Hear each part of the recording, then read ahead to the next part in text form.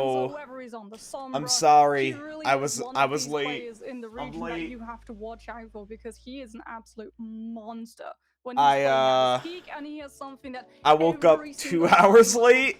Is going to Yeah. I woke up like consistency. Every single time we've seen him, he's popped a couple up. minutes He's ago. Never had that coin flip. He's never and had I was supposed to wake up at like he started or staggered. He's 250 something, game, and that makes him invaluable. 250 something. For sure. That's when I was supposed to wake up. Member of Brazil's side, and you know, for their, I'm gonna be a bit of a negative Nancy here, Moxie. Okay, when we look at they've only been live for like an hour and 17 17 minutes. When I talk about Brazil, right? In this group in particular, I think they're looking strong. But obviously, you know, if we compare them, if you were to take Brazil, for example, maybe take them against USA. But anyway, Canada. Sorry everybody. You know, sorry. We're here to could watch deal these with a lot of games those now, though. flexibility that could come out of those rosters, because it seems like at points Brazil, you know, they kind of can falter in some of these situations versus some of these like echo compositions, or even the Junker Queen, like you said, you know, putting I'm gonna pull up Argentina's something. DPS player back on the Junker Queen for that map. I mean, even that kind of worked and had some success versus Brazil. So, I mean, am I being a bit of a negative Nancy here, Moxie, or you know, should I be a little bit worried as a Brazilian fan? I think Brazil, honestly, are in a pretty good standing at the moment. Maybe not to be able to take on USA when we were seeing them just play to the absolute peak, but definitely to go toe-to-toe with Canada at the moment, just because we've pulling seen up some pulling up all my stream things, chat. That might actually suffer for this team is that, like you said, we are seeing different players come in to play these different compositions of tank. And that means that your flexibility is somewhat limited in terms of what you can pick, given that when we go to these maps, you can swap your heroes around whenever you're in the respawn. That is one of the beauties of Overwatch. You can't swap your roster. So once you lock those players in for this map, they start it, they're going to have to finish up.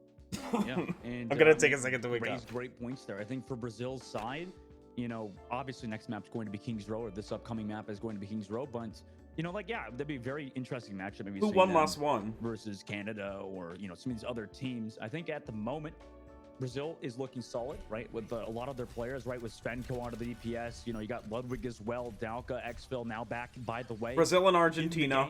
Brazil has 1 point. And Moxie, look, Argentina's sticking with Gaspia in the lineup. Sticking with Gaspia and not actually having him play that DPS, so it really goes to show quite how some of these teams are taking that Widowmaker changes, affecting her potential on King's Row, which used to be one of the staple Widowmaker maps, where you could just have someone play Widowmaker from that spawn, bait out the defense into walking straight into it, and then it's an absolute shooting gallery for that Widow left behind. It's always some fun plays that Overwatch League players have gotten away with her.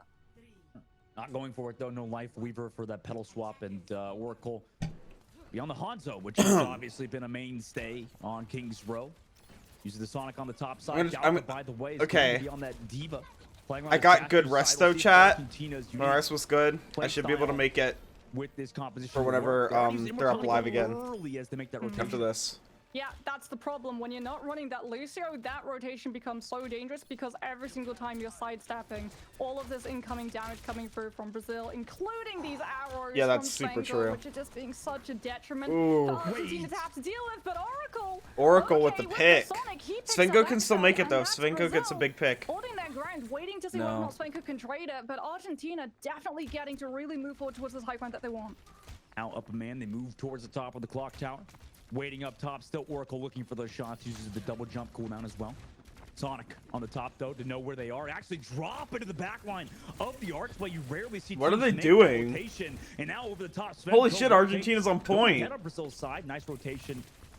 They fucking forced Brazil off it. Holy shit. Argentina, but Argentina now rotated all the way to the point. Svenko still not able to find that kill. Crazy rotation. To build up the Dragon Strike, but it's Oracle yet again to find the Tracer. Ludwig is removed. The Immortality field to sustain as well. Argentina will, but then coming Dragon Strike. They capped. Avoiding the point though is that what the fuck did I just watch? Argentina fully cap it out, and we'll move into Streets phase. That was insane. I couldn't even comprehend what happened. They are going to lose full position of choke early, and this is exactly what Brazil does not want to happen, because now the wheels on this train are starting to really pick up momentum. This Orisa composition alongside that Mei, using those walls, zoning these players. Chat, I want to stop looking at like that to be able to dodge out of the wall, DPS point of views. I want to see tank point of views, and I want to see support point of views. Brazil now sending Ludwig on that flank. Because if I'm being real, the tank and support point of views, finally gets that opening on the amplification matrixing Baptiste as well. And that's a nice shot to find. They get better views of like the fights. From Argentina, pulse bomb as well, committed onto Ganspit down below. Svenko as well, through that pressure, committed to the front line, is able to find Jackie. Oh lord. That Suzu on the Orisa, who is pulse bombed. But well, now, they stopped Argentina's push for now, but still. Got out of Kuno's. Argentina got a lot out of that push. They got a lot out of that. Which is the traditional counter to that Baptiste ultimate.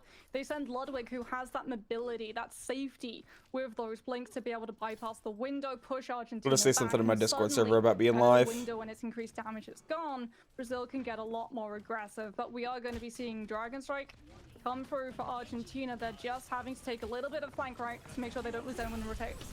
Drop it on top of the pub, double jump away, and the Blizzard down below to capture Dalka on the low ground, but he used the Diva Bomb, however, was chased down still by Argentina. Up a man, they now have to fight against the and a nice anti-grenade from Xfil. Svenko also comes from the bottom of the pub to final Kuno, and Oracle died to Ludwig as well. So Brazil slowly working back into this fight without Dalka. Holy shit. Equalize it onto Svenko, but Ludwig and Svenko just couldn't go down. Keep holding against Argentina. We're seeing concepts come through too. Dalka off of that Diva onto the Ramattra. They've identified that Argentina is going to be taking these really long rotations to make sure that all of their cooldowns are primed when this fight begins, and that's what Ram punishes: hesitation. He has that cloak with his primary, also the zone to be able to slow these players down and make it so easy. Ram's a really good pick into this. Composition that without Lucio, I also think that he's really good, a really good matchup against Orisa. Also double immortality here with the Suzu and the immortality field from Akuno. So Ludwig's pulse bomb really has a lot of struggle. They don't know. They don't know about Ludwig. But an anti-grenade. Big anti! No immortality field there. Then the big anti coming in from Xfil. But the Brazil's already up 2 in this fight, so Argentina need to find a kill to try to equalize it. But they only get Nya on the low No, they ground. just get destroyed. Brazil collapse on Argentina to give them yet again another fight win. And again, punishing that hesitation. Argentina taking these lengthy rotations. Orisa, not the fastest moving tank, even though she has the most feet. Yeah, and the most unfortunate part about taking these really long rotations is they don't have Lucio. Positions to be able to threaten that one shot to push Brazil back. This defense just get to sit up and wait for. They don't have Lucio. She now come all the way around to trying to avoid some of that. So like it just takes so long for them to get into the fight. Ludwig tries to go for some pressure, but doesn't want to get one shot. It's like they do so much work for them to just lose a fight, and it takes so much time off the board. But here, they got a chance here, chat. Into Svenko as he tries to go for the peak. We'll back him off for just a moment, but still throwing in those storm arrow shots on the low ground is Svenko as he built with the Dragon Strike, can now drop it in, but it's already. I really question if a lot of these rotations are worth it, like for real. To find that backline, but they use the Dalka with Annihilation. There we go, it pops. Holy shit, jumped over the wall. Big damage though. But Oracle traded it back. However, he might be able to jump over the wall, but his teammates couldn't get to him. Who were just behind that disengaged from Argentina. Oh damn, they still lose. Still holding on to their ultimates with 40 seconds left. They have one ace up the sleeve, Dustin. Like you said, it's a clean fight from Argentina's side. No ultimates invested. Everything going to be available in this next fight. But again, it's so predictable that they're going to have to take these long rotations. Brazil using those Sonics, trying to figure out where exactly they're going to come from so they can look to find these early picks, because we're so down in time bank that if they lose one player, Argentina can't afford to regroup. They have to go ahead no matter what. Yeah, you know what stops 5 ultimates is one Hanzo shot from across the map. So Svenko, that's true. For that shot to stop Argentina's push. Dragon Strike early, knowing they have 5 ultimates. Brazil backs up. Actually, it's on Dalka into the main side, so I thought he went down to the bottom of the train, but no shots just able to be found yet by Svenko. Meanwhile, Blizzard committed from Walter into the ant matrix as well, and the Kitsune. Oh, let's go. Overlaying everything against Brazil, who have used double support ultimates as well on that front line, but Casper drops that ultimate. Walter also finds Ludwig. Dalka has able to trade. Oh, damn. It's still winnable for Argentina, I think. Well, and then he dropped the Dragon Strike as well towards that cart after all the ultimates have been used, so it's just on Gaspa. Okay, it's looking not great. No, it's winnable. On the back line, Gaspa and the rest of his team is doing it. They're stopping Brazil here. No. Has found the back no. Just Gaspa, so oh, they were just able to get back too quickly. In the streets phase, as they were so close to doing it.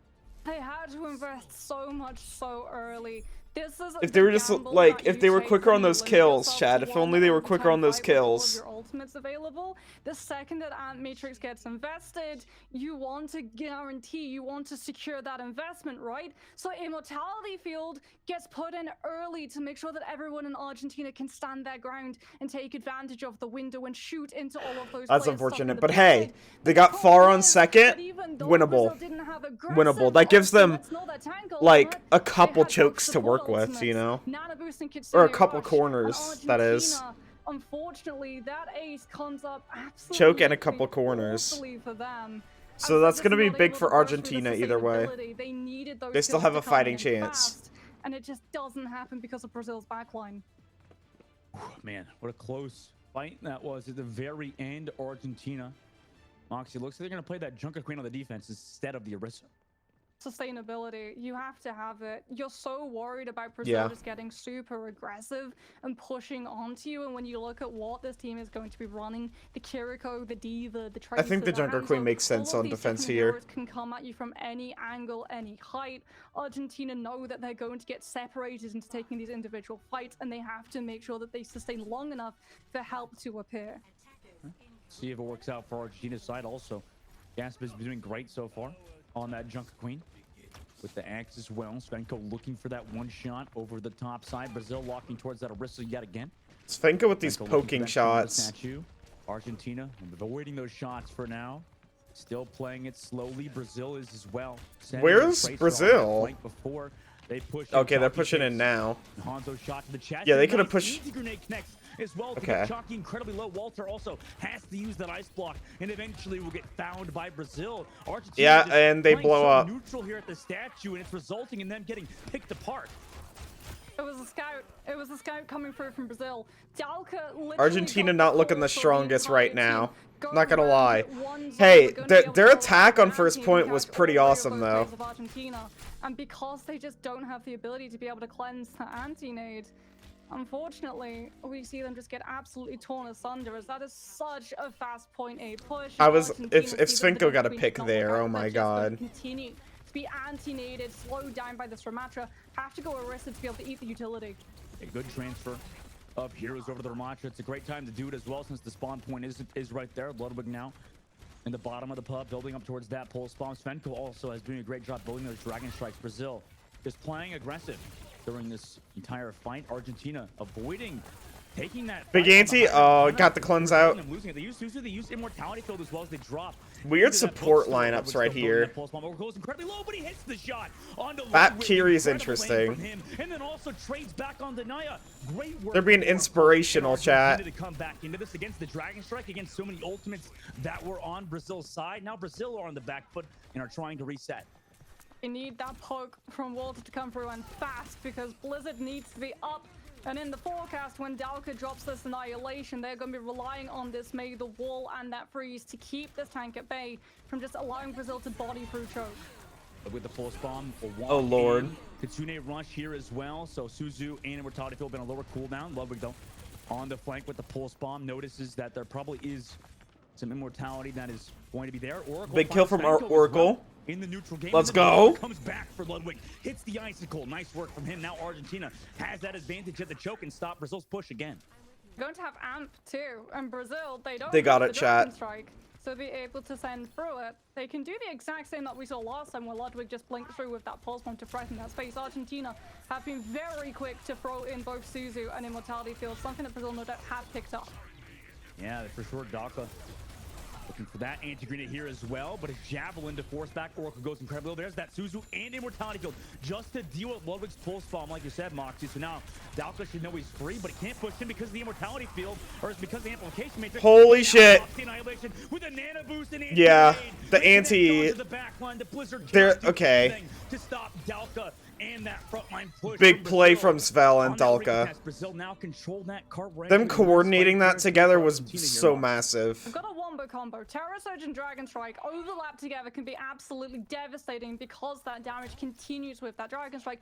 Suzu's iframe a lot of the time isn't actually enough to be able to keep yourself alive through it. So Brazil are going to have to be mindful of that, but they've got the Dragon Strike. Argentina running that Orisa are going to be incredibly vulnerable. Moving into Argentina is up on ult here, so they should be able to win this fight, at least. They're right there, coming over the top. Oracle has hit shots before. We'll see if he can do it again. Drops off the high ground, but now against the Dragon Strike of Sven. Dragons.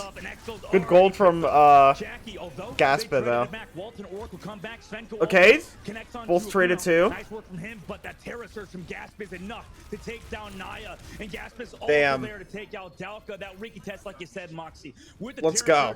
Argentina's still in it. I'm rooting for Argentina. Good combination. Because Argentina seems like a bit of the underdog here. I'm not gonna lie. Time bank is going to continue to tick down. And I love me some underdogs, chat. Are going to just poke. If they get one early pickup onto this backline, Argentina are going to be so vulnerable with how big a hitbox Orisa has. We go into a stalemate now. Both of these teams work so carefully to not lose someone early. Yeah, with no ultimates as well, I'm curious to see who hands that advantage in that Mei Hanzo battle. Who can find that opening pick? Oracle looks for it, then jumps back after missing shooting peas at people. Dalka shooting peas. As well, so a lot of those cooldowns removed. Nice Mei wall from Walter, stops the push. Big kill from Oracle. With Oracle. That's what they need. Shot onto him without the storm strike or storm arrow strike as well. Dalka now comes down below. Suzu used Dalka is taking a lot of damage right now. Forces Brazil back as they wait for Ludwig to return. Perfect javelin as well from Gatsby, connects onto Dalka in Nemesis form, pushing him. Brazil's building up those ults, but Argentina isn't too far behind, and they still have ults to use. Both of these Kirikos come into this Kitsune rush, but Svenko Argentina's been managing their ults really well, and they've been winning like tons of neutral fights on top of that, which has been great. Doing more damage to the tanks rather than Oracle looking for the DPSs and pick potential. Sits to the back of the map. There's that Dragon Strike down below. Makes things scary for that buys Argentina. them a lot of space. Walking with that Kitsune rush from Argentina committed, and the Blizzard doesn't connect. No way. They try to go forward and walk right. They need to get picks here. From Svenko, who hits the shot on the wall through, who's jumping off the cart. That's a great opening pick, and now with the nano boost. Where did the window go? Wait, they used window, but where did it go? Close it out on Argentina 2-0, and they do damn. So. Brazil got Argentina, but seriously, where did that? What a win for them. Where did the Blizzard go? I mean, not the Blizzard, the window. This is what we were talking about, right? The fact that Svenko was literally in mid-disengagement. That match lasted 23 minutes, by the way, chat. In that Blizzard, he lands that headshot onto the Mei, who just goes too aggressively around the corner, trying to capitalize on the ultimate, find to pick, allow Argentina any time. That's pretty crazy. Some of those ultimates, but Brazil, my goodness, what a team! Svenko, what a Hanzo! Please, someone pick this guy up. Ash, what do you have to say?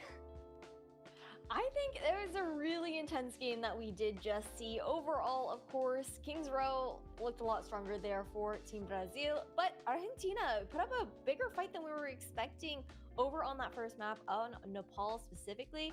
I think, though, when it comes down to it, Dustin, was it really the rigidity that we saw within the Argentina team composition that was maybe their downfall?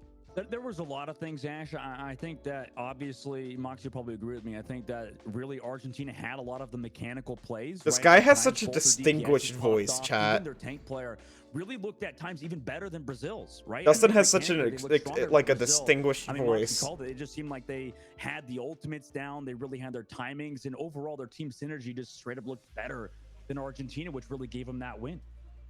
That tells a similar story from what we saw yesterday. I think that not having speed hurt Argentina a bit. The history that this Brazilian team has together that just allows them to find that natural chemistry, have just greater coordination, and outclass their opponents so much. It's that that macro, very quickly they saw that continued pattern of Immortality Field and Suzu being invested at the exact same time. And that immediately had that domino effect of them going, okay, well, if you're going to literally use both of them for just one thing, why would we ever invest anything other than one ultimate or just one player pushing in aggressively to bait that utility out, and then we can hold on to all of those other things in the back pocket, things like that nano boost onto the ram when you fall low, and then Dalka gets to go with Annihilation, and there's nothing to stop him. That was the big difference maker that allowed Brazil to be able to just push through streets and really bully through some of those fights. Yeah, they were looking really strong. However, at the very least, one thing that I do want to give over towards that to the Argentinian team there, Dustin, is the fact that they did have some glimmers of brilliance. There was that one play where we saw the Blizzard coming out from Walter, and then Ludwig tries to go and pinch on towards that. Yeah, Argentina's not a bad team at all. There were some really cool things there. They ran a very weird comp, but for sure. Yeah, they made some interesting plays with it, and the rotations they did were fucking odd. Argentina is that they like have that mechanical prowess, right? I think that this just makes me excited to see their matchup even versus Colombia later on, really to see who can come out on top between between Argentina and them will really probably decide you know, a lot of the future of Group B. And I think that for this team, you know, Argentina has a lot to work with Gaspia on the Orisa, yeah, Queen Oracle, that was brutal. Play. Walter as well in the main. That was a brutal play from Brazil. Lacking potentially in the backline department, but if Chalky and Akuno can sort of Lord, time that perfectly with the Suzu effect going away. I mean, I could see this team becoming a real threat. Especially because I saw one thing this team did really well that we're actually probably going to talk on a little bit more in depth when we look into some of our next matches for the day, and that was they weren't stubborn with the composition that they had, right? They lost point A very, very quickly with that Junker Queen just being absolutely run over by that Ramatra zone into anti-nade, and immediately went towards the Orisa, understanding that Junker Queen into Ram is just unfeasible at this level, right? Every single time the Junker Queen wants to be able to make a move forward, to be able to get that sustainability cycle into full swing with your Carnage, with your knives, you're going to be stopped by just the what match was that? The shield coming through, the zone stopping you in your tracks and not allowing you to go through. So the swap onto Orisa, let's look at the World Cup schedule real quick. When we get into streets, allowed Argentina to be able to hold that tank off for a much longer time than if they just continued to try to just crash their head into the brick wall of the JQ. Very, very true. And we just saw the little play of the game there coming out from Dalka, the tank on the side of the Brazilian team coming out for the Kings Row game. Well, we couldn't say enough about him yesterday either, Dustin. No, Dalka's really good. I think he's been really a mainstay for this Brazilian roster. I'm ready for our next match, chat. Mexico and US. I think I agree with her that Svenko is really good, but Dalka, like you mentioned, really has been that main player, that main tank, obviously, for the team. I mean, it's silly to say that, obviously, but you know, I think he's been a very crucial point for Brazil to succeed as much as they have been. Really, just a consistent player for them, and overall, the entire team is just looking incredibly synergistical at the moment. And you know, I'm sure they're looking to get that first seed leading out of Group B. No, for sure. And I'm excited to see how they continue on with that adaptability, that flexibility that we have seen today and yesterday. But we are going to throw to a quick little break. We're going to have an interview with Honorato, the coach on the side of the Team Brazil, in just a few moments. They're doing all of this because the team was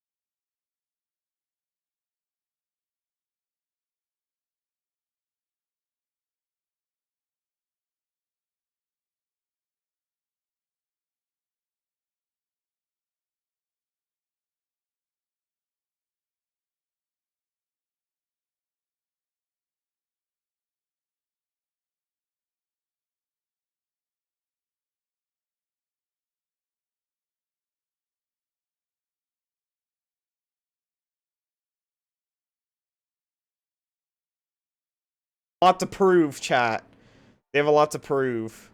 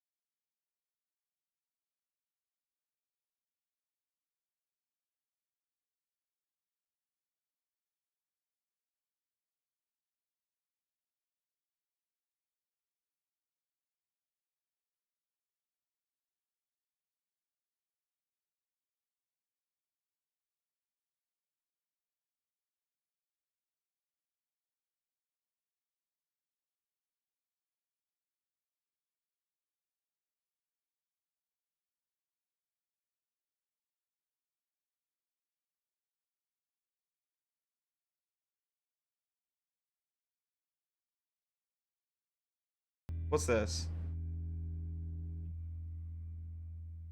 Oh, it just shows the specific regions.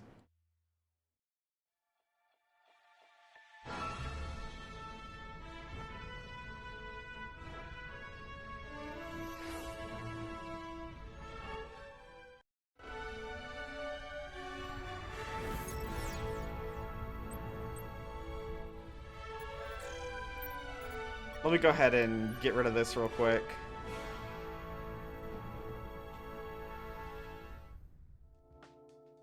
Welcome back, everybody. I fibbed a little bit earlier when I said that we'd have Honorato on the desk. Instead, we're actually going to have Ludwig. GG's and congratulations on your 2-0. Oh my god, today, Ludwig. And 2-0 overall within the last 2 days of the Overwatch World Cup. How are you feeling, Ludwig? It's great. Yeah, obviously great. We have obviously been having these classic rivalry with Argentina, so it's always good to beat them. Oh, have they been having a rivalry with Argentina? I didn't even know. It wasn't how we expected it to go out, but we, you know, we overcome those challenges when we were able to win. You love to hear it. You love to hear it. Yeah, game one was definitely close, but I was curious, you know, not getting the chance to speak to Honorato now, I want to know from a player perspective what he's brought to the team for you guys, slotting into that coach position for the first time for himself as well since his retirement. And he's a very decorated player, right? With those 4-time contenders wins. I just want to hear what your thoughts on his coaching abilities, that is. I think he brings a lot of experience, you know, with him having played the game competitively since day one and having won all those championships, and he just tries to pass that vision to us, that experience. Oh. And, he's been great. He's been helping us. Like, yeah, I can see why have a bad game or Brazil won the first map. I think I messed up on this play. Can you show me what I did wrong? And he's always willing to help, you know. Absolutely. And now that we're actually taking a look at the replays right now, you played Tracer in both on Nepal and on King's Row, but for Svenko, he did swap between the Sombra and the Hanzo, and Moxie was wondering, I guess, like, what is the difference in playing alongside a Hanzo versus a Sombra, and how you have to adjust your playstyle? I think playing with a Sombra is we always play a more fast-paced type of play, like like in Ilios last match against Chile, we always try to set up plays before they get the positions they want, and we always just try to. We saw that match, You know, by the keep way, the chat. tempo in our favor. As opposed to the Hanzo, you just play for.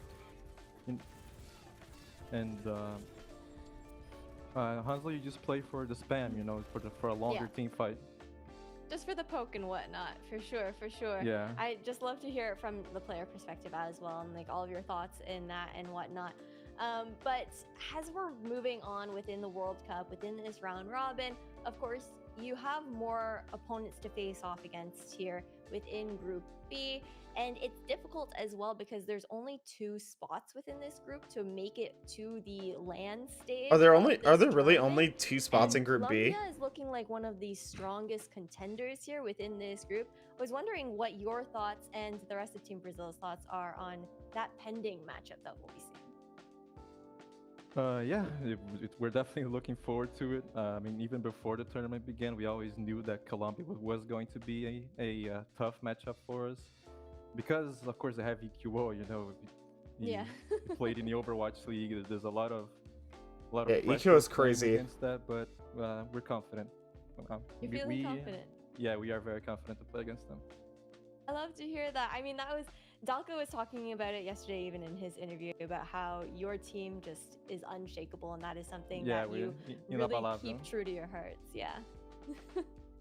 Well, I absolutely love that. Before we do go, though, I want to give you the opportunity to give any shout-outs or thank yous before we wrap up the interview. Yeah, I want to thank my teammates and the coaching staff, obviously, for giving me the opportunity to play for the national team, of course. And sick stuff. My friends watching, you know, Khalil, Gabriel, Hatsuri Miku stands, we out here. And yeah. Hatsune Miku stands, we out here. Thank you so much, Ludwig, for taking the time to do this interview with us. And again, GG's on the last 2 matches that you played, and good luck on your future runs within Overwatch World Cup. Thank you. Well, now that the interview is all wrapped up, everyone, we are going to throw to a quick break, but we will be back afterwards with Mexico versus the USA. I'm ready.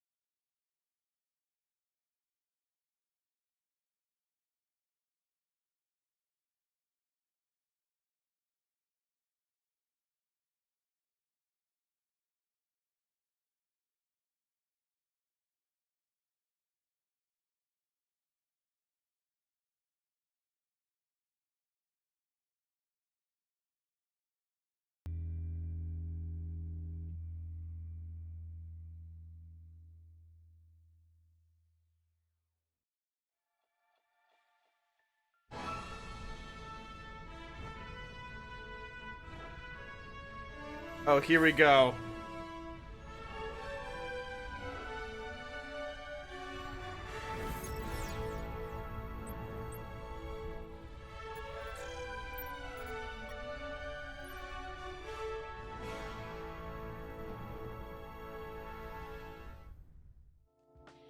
We just wrapped up Group B of Americas here for the Overwatch World Cup online qualifiers. So I guess we're going on to Group A now? Heading over towards Group A. The next matchup we've got is Mexico versus Team USA. Team USA, let's go! Spicy matchup, Dustin. Oh, for sure. Yeah, somebody lives in Arizona, right on that border between, you know, Mexico and the U.S. So I think I'm excited to watch this matchup and see that rivalry that is there. You know, it's going to be an exciting one, honestly.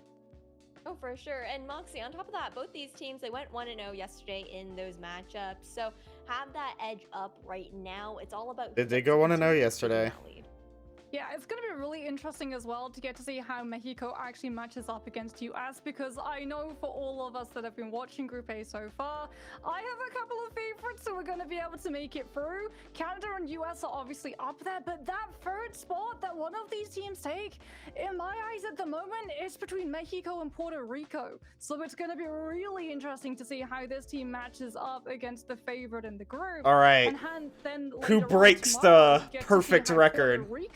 Who's going to make it so that the other team doesn't have a perfect record anymore? And the thing is, we're about to see. Taking a look at this head-to-head, and then the starting lineup, I believe, that we have of Team USA to kick us off, is that game up against Canada yesterday, Dustin, went a lot more into the United States' favor than we were anticipating, considering that was the match to watch.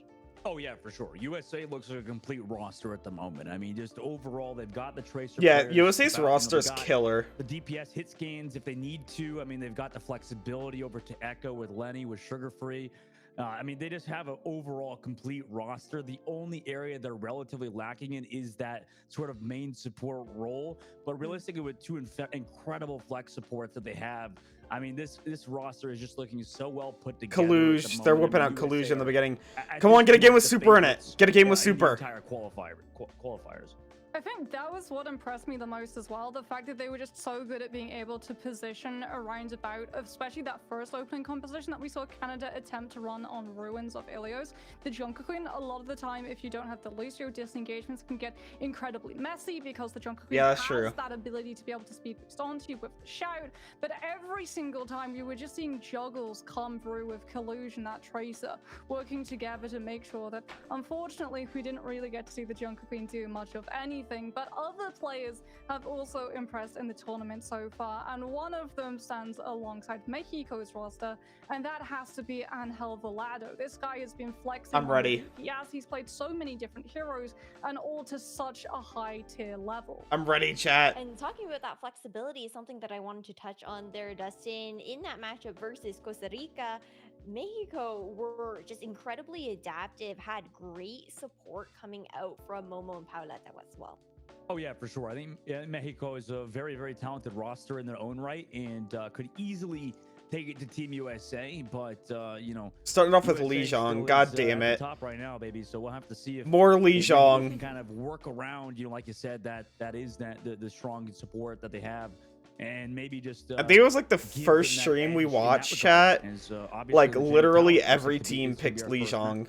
Well, yeah, almost every team. I think that one or two didn't, but almost every single time was Li Zhang. I was just sitting there like, oh. That is a big point to be made there. Team USA also being the reigning champions of the last Overwatch World Cup back in 2019 puts that additional weight on their shoulders, Moxie. Yeah, I'm actually really surprised that we're not seeing Sugar Free get played for USA, given that Li Zhang Tower is going to be that opening match, and potentially if we go to somewhere like Gardens or even Night Market, that Echo composition can get so much damage done. So it does signal that USA want to try to push towards something like either that May or just Tracer Sombra combined dive harassing into Mexico's backline. Yeah, I think in on that side, right, maybe this is Mexico's time to kind of shine, right? Obviously, Team USA is, like Moxie mentioned, a really, really good roster.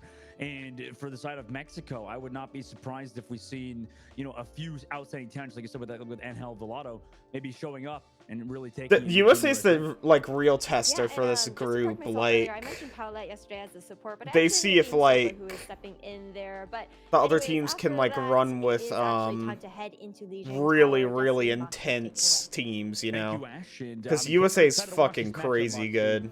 See how it goes. Obviously, starting off on the Zhang Tower. I still can't believe USA's tank lineup.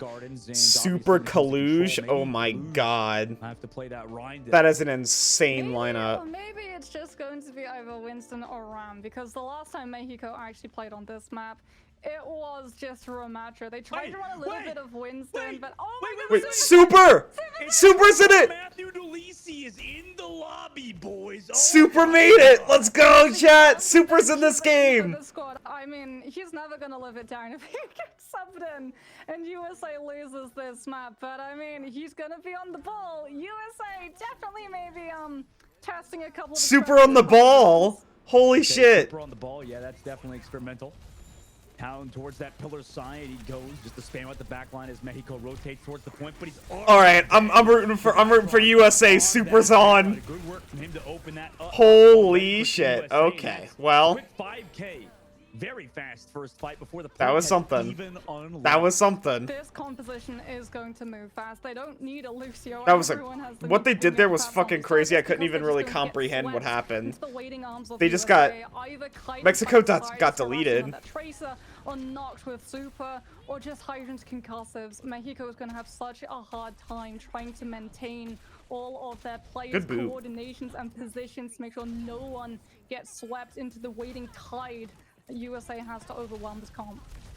Hydrant will do great work. Oh lord, Castle's caught out. Any of those hits came to deal with them, though that backline was hacked. The Ultraviolet, the peel is there immediately from Rupel and the rest of Team USA. Wow. So eventually will track down Ultraviolet with the Zuck and the aggressive. The follow-up from everybody else in Team USA is crazy. Chopa is ready to go. In the Dojo side, Aspire though still is there with Super. Clean up the rest of Mexico who was in that fight. Yeah, good gatekeeping of that health pack to make sure that Hydron does not manage to refresh his health without that pocket coming through from Rupel. But unfortunately, Aspire is still very much alive and capable of taking down those players. Gonna make it so hard for Mexico to be able to approach. Bridge entirely closed off. If you want to try to wow, be blood, that scout from Aspire. Potential that USA has. Mexico walking in. Castle has to touch that point, but loses a chunk of his HP. As it looks for Super got mines. Super can use mines here. Mines would be big. As well. Spamming it out, but Chobok's building up towards the EMP, ready to go. Aggressive, actually catches out Aspire. That might just be enough. Big kill. Big kill. Did use the Wrecking Boltzmann on the point as well to get the mines there to sustain. He also gets the nano boost from Ultraviolet to continue in this fight. Rupel also with the Resurrect, and Hydra comes in. They use, US used lots of ults there. If you're Mexico, you take that. Even though you lose that, like they just US lost so much of their ult economy. On the board now, Mexico's trying to regroup with 92-93% they'll have, and help a lot of to potentially touch, but he's already back at the side of the point because Aspire is pressure. I will say though, it is a little difficult considering they have to touch here. They almost got Aspire. Oh, they almost got Aspire again. Aspire forces that recall back. Momo also gets that pick on the Hydrant in the sky, so that's 2 for Mexico as they've regrouped towards that point. They have the main advantage. USA oh lord. The pulse bump to get castled out of mech, but he has that. What is Mexico gonna do here? Avoiding the hack with the blink as well. Just a great job at peeling on this point, really sustaining USA in this fight as now they've regrouped. This cooldown usage from Aspire is truly something else. Incredibly low. Can we please see the point of view of like a support or a tank for once? I'm tired of seeing like DPS the whole time. Not that I don't want to see DPS, I do. I just don't want to see it the whole fucking time. Please. DPS are like not much of the roster, okay? Not even half of the roster for teams. Focal point so that Hydron's able to take the Ana down in the backline entirely uncontested. And now without that support, Mexico just do not have the sustainability to stand up to the burst potential that Echo has. Oh, this is just crazy at this point. Looks like USA just want to keep running towards that point. Found, canceled, commit the nano and Angel Volado as well. So even though USA were quote unquote losing a lot of these fights, they want to continue the Hydron pressure got on them. destroyed. Really make sure they make a statement win today, and it looks like they're doing so. Dropping the pulse bomb to zone out the Lucio player of Sofa. Aspire also used this is winnable for Mexico. A lot of pressure being on USA's supports at the moment because of how aggressive Team USA in general are playing. Super goes incredibly low, but has the pocket from the Brigitte and the Ana, but Mexico's still strong. They still have a healthy team at the moment. Hydra, though, does go for the copy on the Ana, and Aspire finishes off. They lost Castle. That's bad. Get Hydra on the backside. Damn. One to give unfortunate. But Mexico cannot. USA is just a crazy team. I don't know what you do against that. Entire team, resulting in them winning round number 1. The problem in that overtime fight was Hydron. Hydron occupies the entire backline for Mexico. Both Momo and Sopa are trying to deal and peel for each other. When that I love that Supers has been taken out, chat. Castle, who came back on that Winston to be able to just stall the point for as long as possible for the team. Vulnerable and incredibly easy to be able to take down. Mexico put up a pretty good fight though. After just how fast that first fight went down, USA did have to swap off some of those experimental. Super on the Rhine. Now we're gonna head towards Let's go. Center, and this is why you have Super in the driving seat. The Reinhardt is out on the field. That hammer is about to start swinging. And Hydra on the Genji as well. I'd like to see. Those guys running a Ram comp. That he's become. But you know, against Super versus Rhine, I don't think Team USA has much to worry about. Farah has a lot of those heroes in this hero pool. Mexico does drop down on USA, who are in that white room with the Ramatra, and they find Lord, okay, never mind. Mexico rotation down below. Now Hydra goes incredibly low. And big first fight for them. Big first fight. 2K to Mexico, and the point goes in their favor first. Gorgeous wall coming through from Trobelex actually that was a big wall. To separate Super from his backline, and because it literally touches the ceiling, RuPaul is not able to use those exhibits from the Baptiste to be able to boost over and drop immortality field to keep the Rhine alive. Yeah, you don't want to be caught out in that room. Control of these chokes can try to work towards getting this Reaper close enough to be able to really use. They are rushing the hell out of Super. There's just so much sustainability for USA at the moment. Yeah, they really want to focus down Super, but Angel Volado gets pulse bomb by Aspire, who forced the fade early, and now the rest of Mexico. That was crazy. Upon the pressure of Team USA, fantastic recontested pulse bomb from him to flip it back in their favor. Okay. Right on that Cassidy is going to. There goes USA with the recap. Nightmare to try to find these first opening picks as Aspire is literally just going to wait around that corner for someone from Mexico to fall low and be able to be one-clipped. Just waiting for him. Momo still has that coalescence. They have that first support ultimate on the field, but Hydron's heading back with the high noon, so he could zone them back. Maybe let it big! The shatter from Super on the front line shuts down any push from Mexico, who tried to put the coalescence right past the shield of Castle. They back up quickly, knowing I wish I could be hearing their comms right now. Super's probably saying some crazy shit. The Castle is going to try to take with Annihilation. It's going to be shut down, but they don't even wait for Annihilation. USA getting so aggressive. Move forward and take Momo down, but Annihilation is here now. Annihilation committed? Excuse me? Through it, and the Ant Matrix just means that they can chunk the ramp down no matter what. Yeah, it's just over for them. You're going back to the spawn doors at this point, guys. 50% of the board for Team USA. They got a beat drop as well. And look, Moxie, they want to do another aggressive play. USA really going for the flank. Oh, no. Hydron over the left side has Aspire with him. They wait for that back side, knowing there's a beat drop available. Tosses the nade on the distance after that change, but can roll back. A little bit of mobility back towards the rest of his team, and they fall back all the way, but they leave Super a bit extended into that blizzard. Makes it back to the point to get the beat drop. It's perfect. This is crazy right now. Incredibly low, but does save his life. Angel Volado building that death blossom, needs to do it quickly. They do kind of collapse on the Hydra on the backside, forcing him out of this fight. Aspire has losing their Lucio is a big deal. They have no supports now. They're done for. Hydra combining on the Momo. This is the fight Mexico has to win right here and now, but with 90% of the board, they're just looking to get a recontest. This is rough. The high noon of Hydron that's running to the spawn door. No Maywall to stop it. Just the ice block. 96% desperation, death blossom, and what a dominant win for Team USA. Jesus Christ. I mean, that I think is the best way you can describe Chat. the control center. That was brutal. US brutalized Mexico. Holy shit. We knew when we saw the Super Reinhardt come from. This lineup. But this was the thing about USA.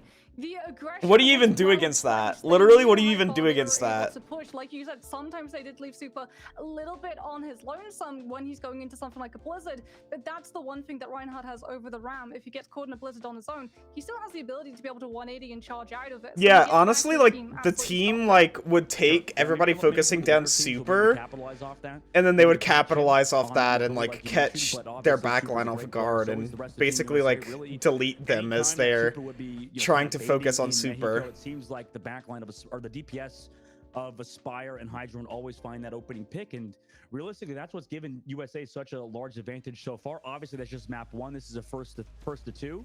So realistically, you know, Mexico still has a chance, but I would say that this is looking. That was a crazy fight. Everybody just got deleted. For sure. This is what we saw as well from that match of USA versus Canada. USA just continuing to just push and apply all of this pressure so that the teams that they're up against don't get time to breathe, don't get time to be able to swap these compositions and build up ultimates, because if they have to swap up the composition, they're never getting a fully reset. Oh my god. That kill on the Hydra on that Momo did was pretty nuts. I didn't even notice that at first. We didn't really get to see it here. On Gardens it was a lot closer, but when we went to Control Center, the ultimates, I mean, USA was just head and shoulders ahead of Mexico in terms of holding those up. Yeah, it seems like their overall pressure is too much for Mexico to deal with. And Moxie, I'm going to ask you a bit of a difficult question here, because, you know, we had Super in on that last map. You know, for Team USA, obviously they just got a massive amount of fantastic talent compared to other regions that are maybe talent starved.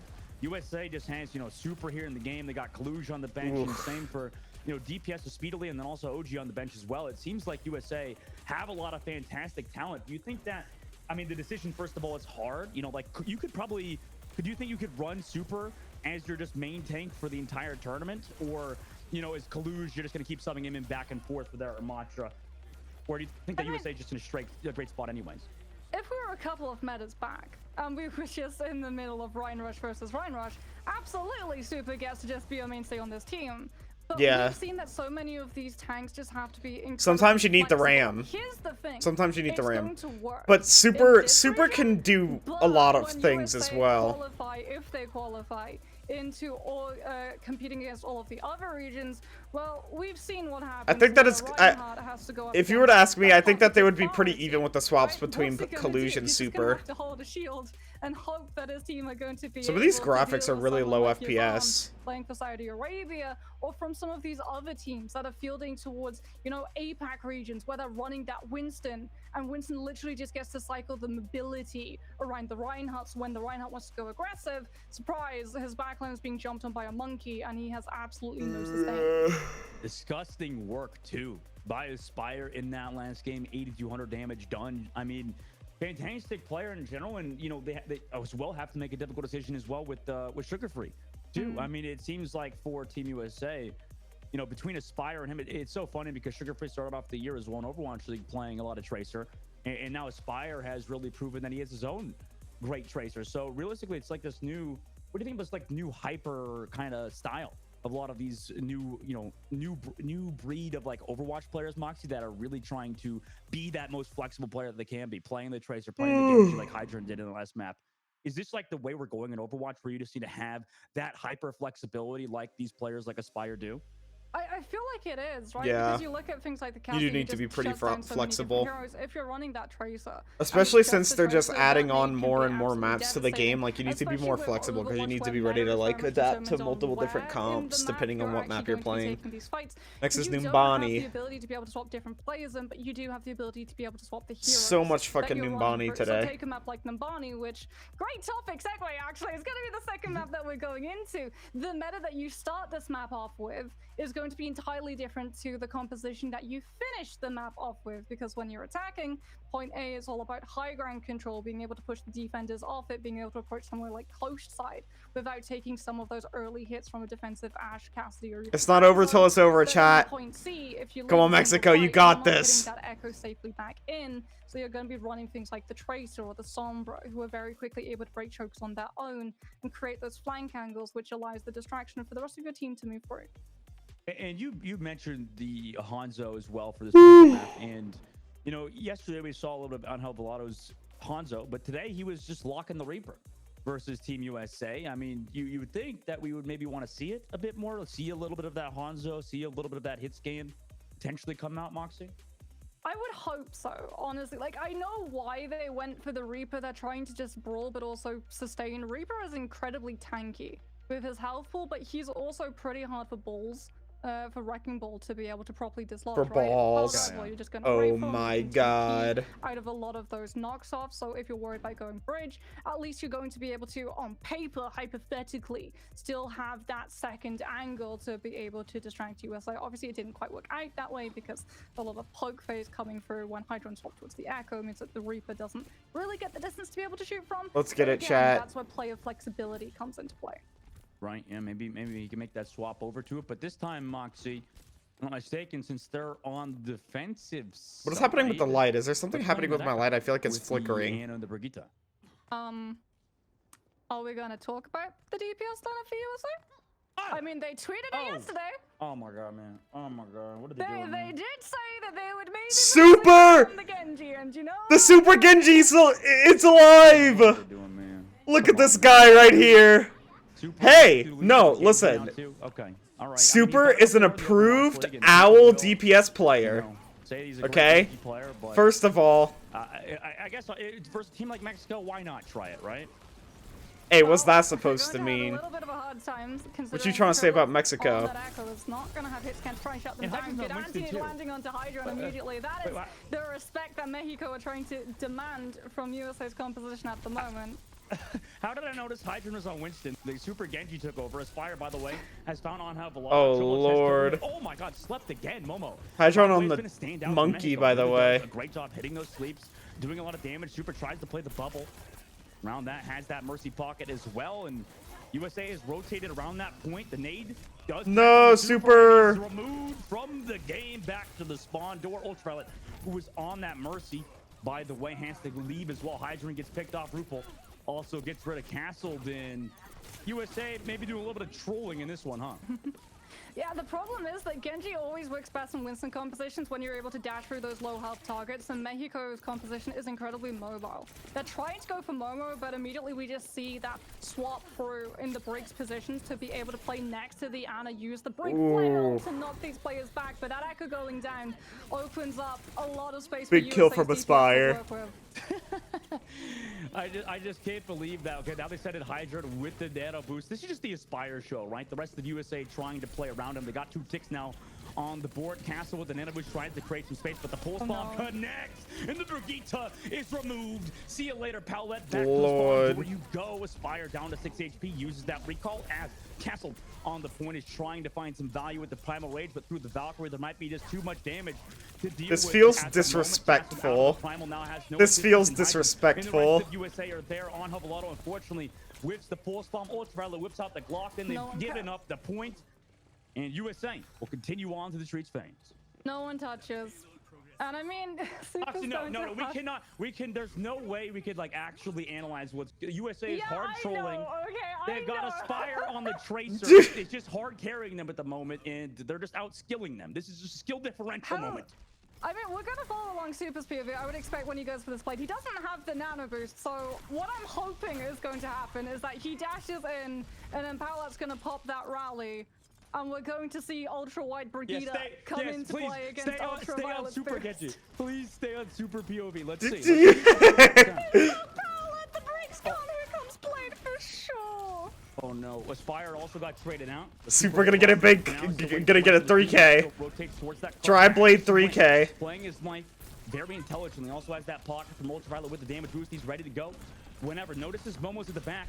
Still has that sleep cooldown. Maybe they wanted to bait it out with the Primal Rage from Hydra. And there's that sleep dart already used. That opportunity for USA is there to use Super Matthew Delisi's Genji Blade, but they don't even need to. Super Matthew Delisi. On the low ground to find Chobolux.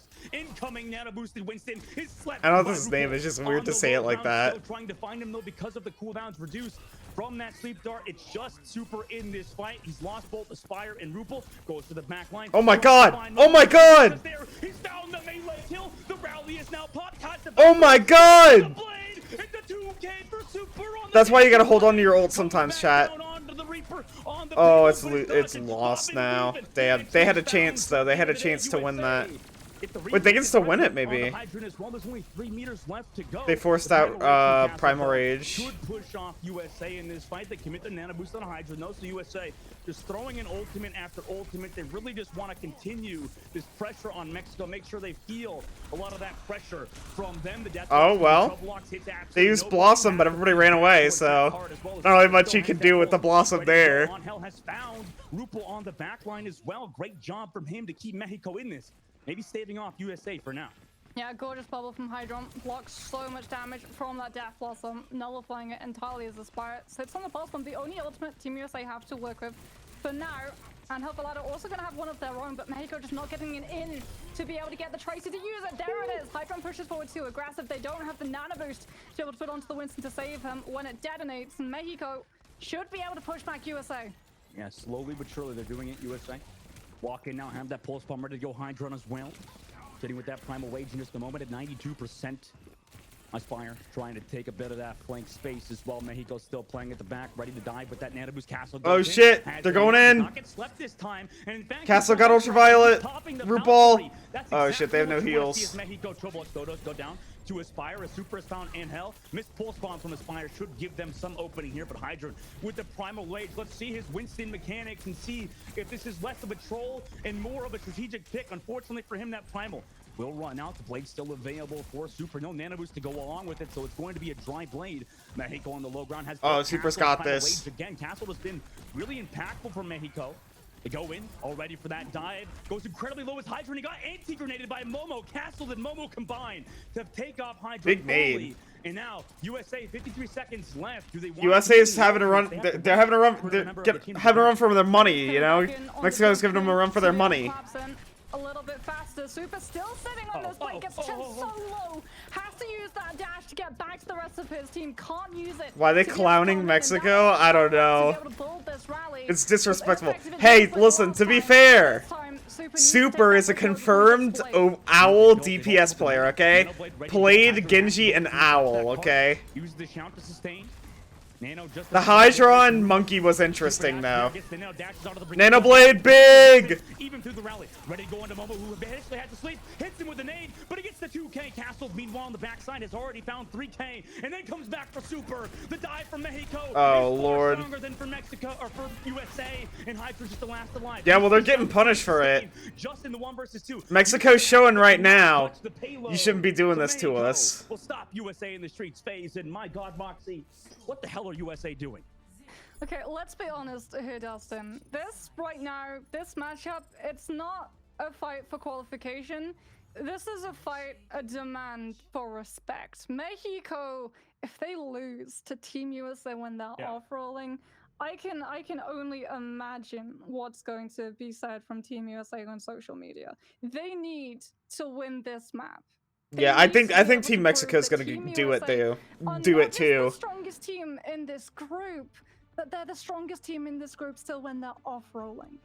Yeah, if they lose this, I mean, it's Day of the Den, you know. I mean, it's just Ultraviolet is Zenyatta. Let's see it. Super on the Hanzo. Wait a second, Super on the Hanzo. Anyway, it's a celebration. Holy shit! Celebration of the day, yeah, exactly. It's just, it would not be a celebration today though if they lose this in this final. Their attacking side, they look good. Castle looked amazing on the Winston. Oh yeah, Momo. those primals. Oh, for sure. The juggles coming through to make sure that USA were as disrupted as possible. I mean, Paolette as well. Unfortunately, we've all been there in that position where as a support, you are literally just forced to play Ultimate Chicken and wait for the opposing DPS to use that Genji blade, whether or not you're a Zenyatta with that Transcendence. Why are we in the bus? You're a Brig with that newfound rally with the stun. You have to wait for the other team to make that move first. And as a result, USA were. That looks bad. Sure Mexico had to hold on to it. Why are we in the bus? But here we go. Super onto a different shot. God, please show please show a supporter tank character. This is like a situation where a plat player would be like, you know, sitting on his computer. No, personally, I wouldn't take that. Nice anti-grenade on Ultraviolet, and Super removes those two immediately. So the answer to your question is no, Moxie. In fact, he got shut down within the first few seconds. Mexico rotating towards that point will then be against USA. Aspire. Yep. Mexico's beating their ass. Forcing Hydron all the way back, and Mexico with a pretty clean .8. Yeah, that entire dive was literally just thousands of Mexican voices shouting, demanding respect from Team USA's, and Hovelado does go down early into this next fight, allowing Super full control of corner to be able to spam these arrows straight in to a regrouping Mexico, who have to wait. As Trovolux, now so close to duplication, just doesn't have the room to be able to freely disguise his position and look for the drop onto these squishy players in the back. Super spamming out the Mexico's showing that on the cart. They go for that dive from they're good though, you know. They're showing that they're a good team. Ready to go with that nano boost dive as well. To Super aware of that potential nano dive. Here it comes immediately. Sleep dart is available, but Spire's already found out. There's the sleep. Nice sleep as well. Right as the arrow. They missed the Zen right click on a sleeping monkey. They still picked it up. Ultraviolet, come on now. No way. No way. Oh my god. Maybe Ultraviolet was just in a bad position to take those shots, you know? Listen, we'll give Ultraviolet benefit of the doubt. This is where Echo really pulls off significantly. This is what we're talking about, right? The team and composition that you start off Numbani with is not going to be the composition you finish it with, because Echo just so vulnerable in that skybox. Okay. That was a good sleep, but unfortunately somebody was still shooting whenever they got slept, so... I mean, it's really hard to like have the reaction time to just be like stop shooting whenever somebody gets slept. It's really hard to do that. He's been in the same spot the whole game. He's just sitting above the bus. I feel like whenever we switch to Aspire for POV, we're watching like that guy sweating on the computer, like, and then the other guy's just like, just dancing around, doing whatever he wants. Drops the Dragon Strike down below, looking for that backline. Mexico is around the bus. Does have that song, but Trovolux looking for a spot. This is crazy. The right side, but he's focused by the entirety of Mexico on the I don't stream in his POV. That rally to go. He dropped the pulse bomb as well. Unfortunately, does not kill anybody because the nano boost onto Super to sustain him. He kills Castle with the sonic arrow, so Castle's no longer here, who had the primal rage too. Same with Ultraviolet. Nice. You know what? I could go between their POVs, but I don't wanna. I don't feel like it. I'll just watch it this way. He can literally just hold this angle on bus and continue to apply all of this pressure onto Mexico as they walk around that corner. Nano boost now onto Castle to force him off of it. No nano boost this time. The hack onto RuPaul to make sure they're not able to meet him. You think it's cool because you hear the comms? Mexico finally yeah, that's true. And so we'll jump back to his team. Nice primal rage from him, who got sticky afterwards, getting that off. EMP dive now here comes through with that dive from Mexico. The bolt, the Diva Bomb is there, but the bubble is too strong. They could not break it in time. Perfect bubble from Castle, and the rally was there. The counter, the Diva Bomb, it's just Super, Matthew DeLisi, and Aspire back towards the point. A hack comes through onto Aspire on the cart. Well, there you go. Moxie. Mexico got it. 1-1. They deserve that. They deserve that. First map 3 of the tournament. US was trolling. They see off the challenge of the offer. That was disrespectful. Do they troll map 3? No way. No way. Having Super on the Genji, sure, but then why put Hydra on the way? Like, this is, you can't do two. Two's too many. One's good, two's too many. What would you say? Would you advise the Super comes in on the Genji and then they play Collude? If they did Super on the Genji, exactly what it is, though. Yeah, exactly. If they did Super on the Genji, that could make sense. No, I agree. And honestly, I honestly wouldn't consider Super on the Genji trolling. I wouldn't consider that trolling. Able to see that challenge off because you know that would play havoc with. Because Super put a lot of time into Genji and practiced that character a lot for Overwatch League. That 3 groups qualify from your team, that you're up against USA and Canada, and Puerto Rico is breathing down your necks as a potential competitor as well. You need to show that you're strong. You can't afford to show any of these teams' weaknesses because everyone is going to be watching these videos. Every single team is going to be looking at those VODs and going, write that down. They're not able to handle this. This looks a little bit weaker. This is something that we can expose and take advantage of. And Mexico, they survive the test that USA throw in their path. Hopefully when we head into map number 3. Good job for Mexico. Good on them. Good on them, chat. Good on them. You mentioned everybody looking back at the VODs, Moxie. This is like listen, USA's just buying time, all right? Target on their back with this. They were like, hey, you know, we can't have 2 matches that aren't very long in a row on this stream, because then they would have like they would have to find a way to fill so much time. We're gonna bring it to map 3. just to sustain the game out, make it as brutal for them as possible. And it's just all in fun and games. But let me tell you, the community does not like that. The community in general is going to be like, okay, you're target number one. We don't like you now. Okay, USA, you tried to troll versus the beloved Mexico.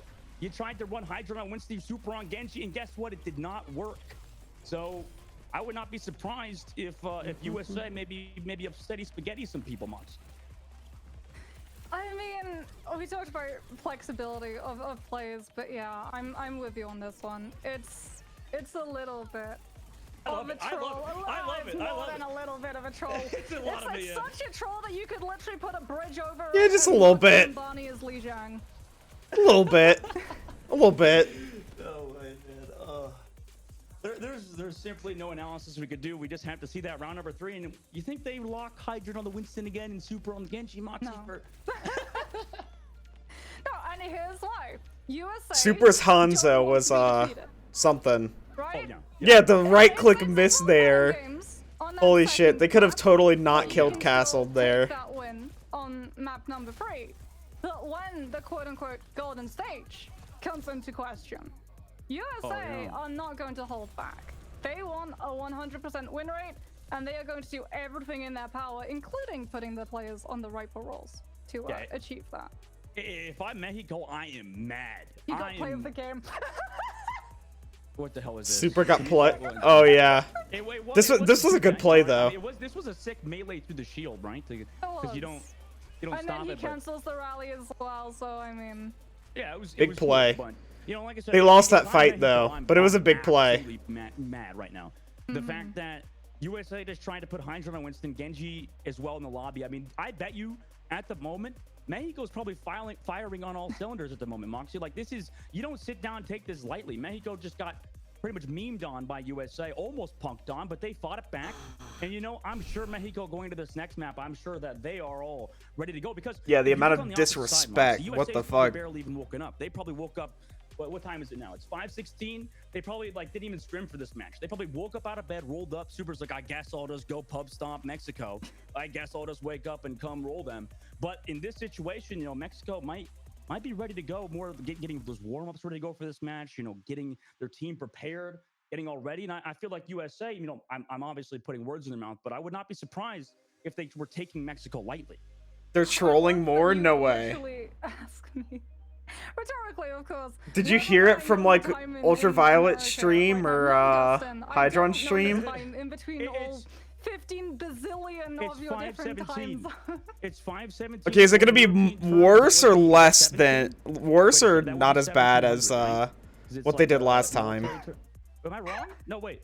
Taco. Yeah, that would be 17. Taco. Would be 17. They put Super on the Genji and a Hydron on the fucking Monkey. 5 p.m. Yes, 5 p.m. Super's playing tank now? Alright. 1700. Why are we going to the thousands, dude? It's 5 Okay, well, p.m. the more important question is what time is it in Toronto? Because that's where we're headed next. Okay, We're going let me New see. While you do some analysis, I'll look up what time it is in Toronto right now. Chad, I'm thinking of like after my nap that I take after the stream, like Moxie, it's 8:18. It's 8:18. I just want to let you know, it's 8:18 in Toronto, Canada at the moment. Yes. The more pressing question, can that search engine Super and Genji, why? Listen, okay, listen. I don't know why we're talking about the Super and Genji and not the Hydron on Monkey, okay? Super's Genji is pretty alright. She can do stuff. Listen, he's an Owl Genji player. He's obviously really good at Genji. Like, he played Genji and Owl. Queen Street, obviously going to be our third map, and Moxie, I mean, what a way that we see this map number 3 so far in the World Cup. I mean, what a way to do it, right? It's very surprising that the game with Mexico versus USA would go to this, huh? For a second I worried. I saw Super in the lineup and I was like, they're not doing it again. His Genji FO was color hex. Hydron and Aspire are going to be on the DPS. And we can listen, I was what exactly it is that they're going to be running. True, but I'm saying like that doesn't as Mexico in World Cup, I'm just saying, in World Cup, Super's Genji is still feasible. And he proved that, like, he could get it done. Now, could he do it all the time? No. but the more in comparison. But I wouldn't call it trolling. I think that Hydron's pick is trolling. And it's like, Super's Genji isn't as he isn't as self-sufficient as other Genji players, for sure. He requires a lot from his team, but doesn't mean he's bad. Cooldown already used, but the hack came through on a Spire from Choboluk, and Angel was there with the follow-up. Nice dive. If they lose, it's proof Trump was right. Oh my god. That dive goes down incredibly low, but the hack. You surprised Sugar Free isn't playing? Yeah. They haven't pulled out Sugar Free at all. I was thinking for Lijiang, Sugar Free made a lot of sense. Take that robot. Meanwhile, Angel is fought off USA's side flank as USA back up and take this entire first spot. And we're so close to coalescence, but that's what USA understands as well. Gets targeted. That hack combination alongside the Spire with the follow-up just does not allow it to fade out. Lord. Oh Lord. Stick onto Ultraviolet as well. USA down that Ana. Now moving on to the Zen. If he can take down Ripple at the I'll tell you what, if Mexico wins this, USA fucking deserves it. USA fucking deserves it if Mexico wins this. Super villain. Looking for Rupal in the back line. He's doing a great job zoning it out to make sure he gets away from Angel. Angel patiently waited. Super was hacked. Now they're going for it. In the car, but he's killed in the air by Mexico. What are they doing? Lessons, but Momo is hacked during it, like you mentioned, Moxie. But why did they so it's not that commit that? I don't understand. Mexico are up a man in this fight. Aspire still has that pulse bomb. Waiting over the top side, looking for that Moira to use that fade. Like, the rest of the team wasn't there to capitalize on it. Why didn't they troll comp against Canada? I don't know. Yeah, why the disrespect against Mexico? Incredibly low, and USA have control of the robot again.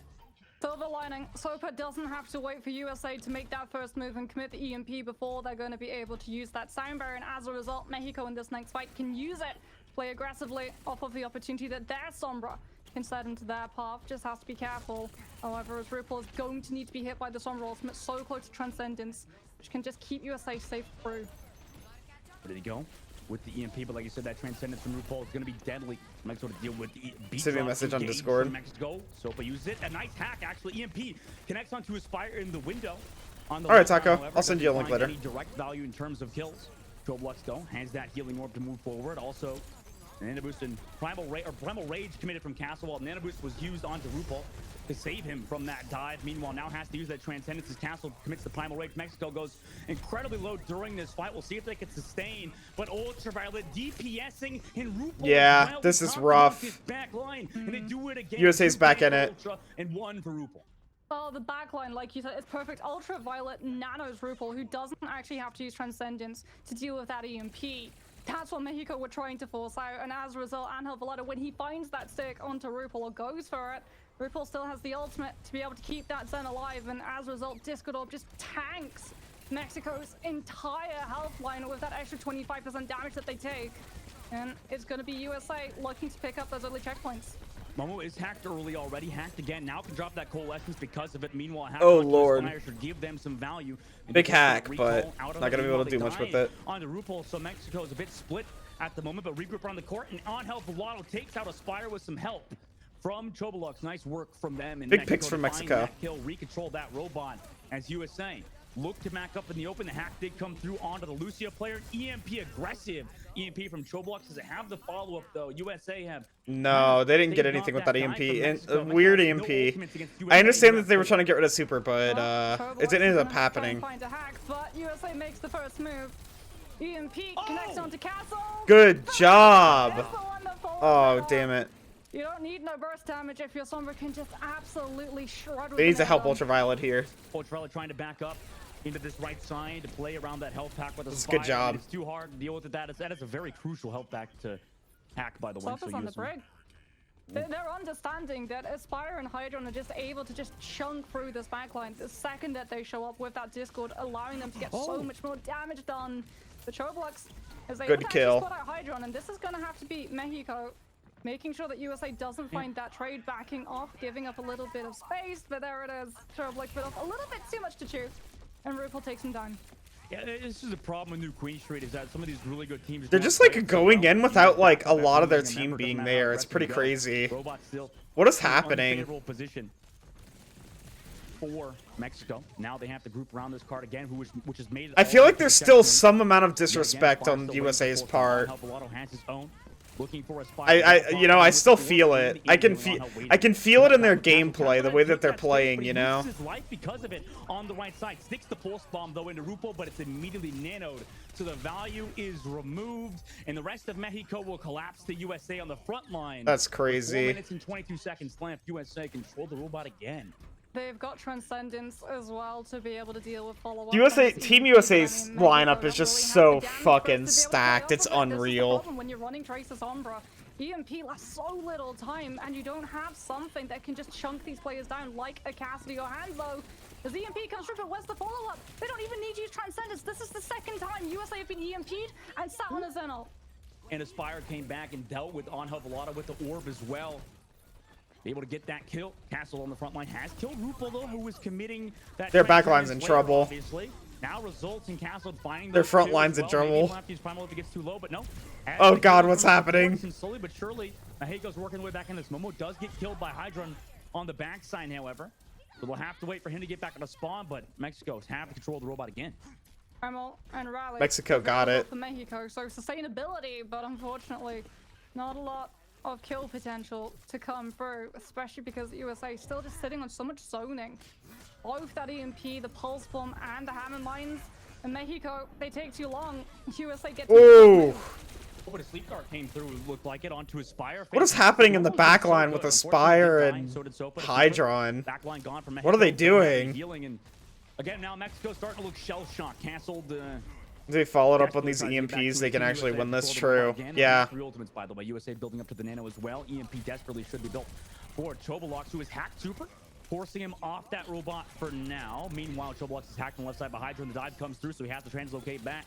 Hydron goes low, though. Down to pretty much 10 HP. Has to back up to his team, but it's Rupert to find Chobalox, commit the Transcendence immediately. There goes Trans. Fantastic work from him. One of the best flex supports in the world.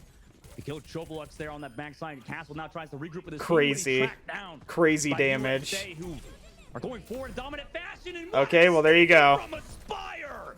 Oh my god, 2K and USA continue to push this robot forward. Yeah, the ball pick is weird. As we can see, Aspire's going for that, but it's working. Whether Sombra's EMP is going to come through. Most likely, however, it's going to be held in the pocket until we see Super invest these Hanamites, but no! Mexico get a grip. But also, it's like... it's such a super thing to do, though. Such a super thing to do. Why not get the 5K? Give him a 4. He's popping the heck off, and we still have Aspire POV. But it doesn't matter because they're about to close out on Mexico. And Hopalato did get the pulse bomb onto Ultralight. Aspire's gone. Now's your chance, buddy. Rupo, let's see if you can close it out. It's incredibly hard, the situation they're in, but he's doing it. He's got 5 at the moment with the healing orb onto his Sombra. Super is integrated. Aw, they lose it. Because we're on push, and the spawn doors are far too close. But Mexico have such a mountain to climb, Dustin. USA nearly full push. They essentially touch Mexico's spawn doors. And Mexico are going to Hamster, in your opinion, is the most fun to watch. Yeah. Ball is a fun thing to watch. I think that, like, the Diva Monkey's more entertaining to watch, honestly. But Ball's up there. The Nano, though. EMP built up soon. No, Chobos has to translocate back. Meanwhile, Nano committed from Momo onto Castle. The dive has been incredibly telegraphed, so USA at this point really know what Castle is trying to do. But like obviously, like players that are this good can make anything look entertaining. But that resulted in him losing his life. And now USA try to regroup, get some healing onto Hydron as well, who has been playing ultra greedy, but it works out for them. Super's dead. Bye, Super. That's a big reason why people don't play balls, because of those hacks. The Sombra's just brutal. In a very defensible position. EMP from EMP from Chobalox forces that Transcendence though from Rupo. Bye, Ultraviolet.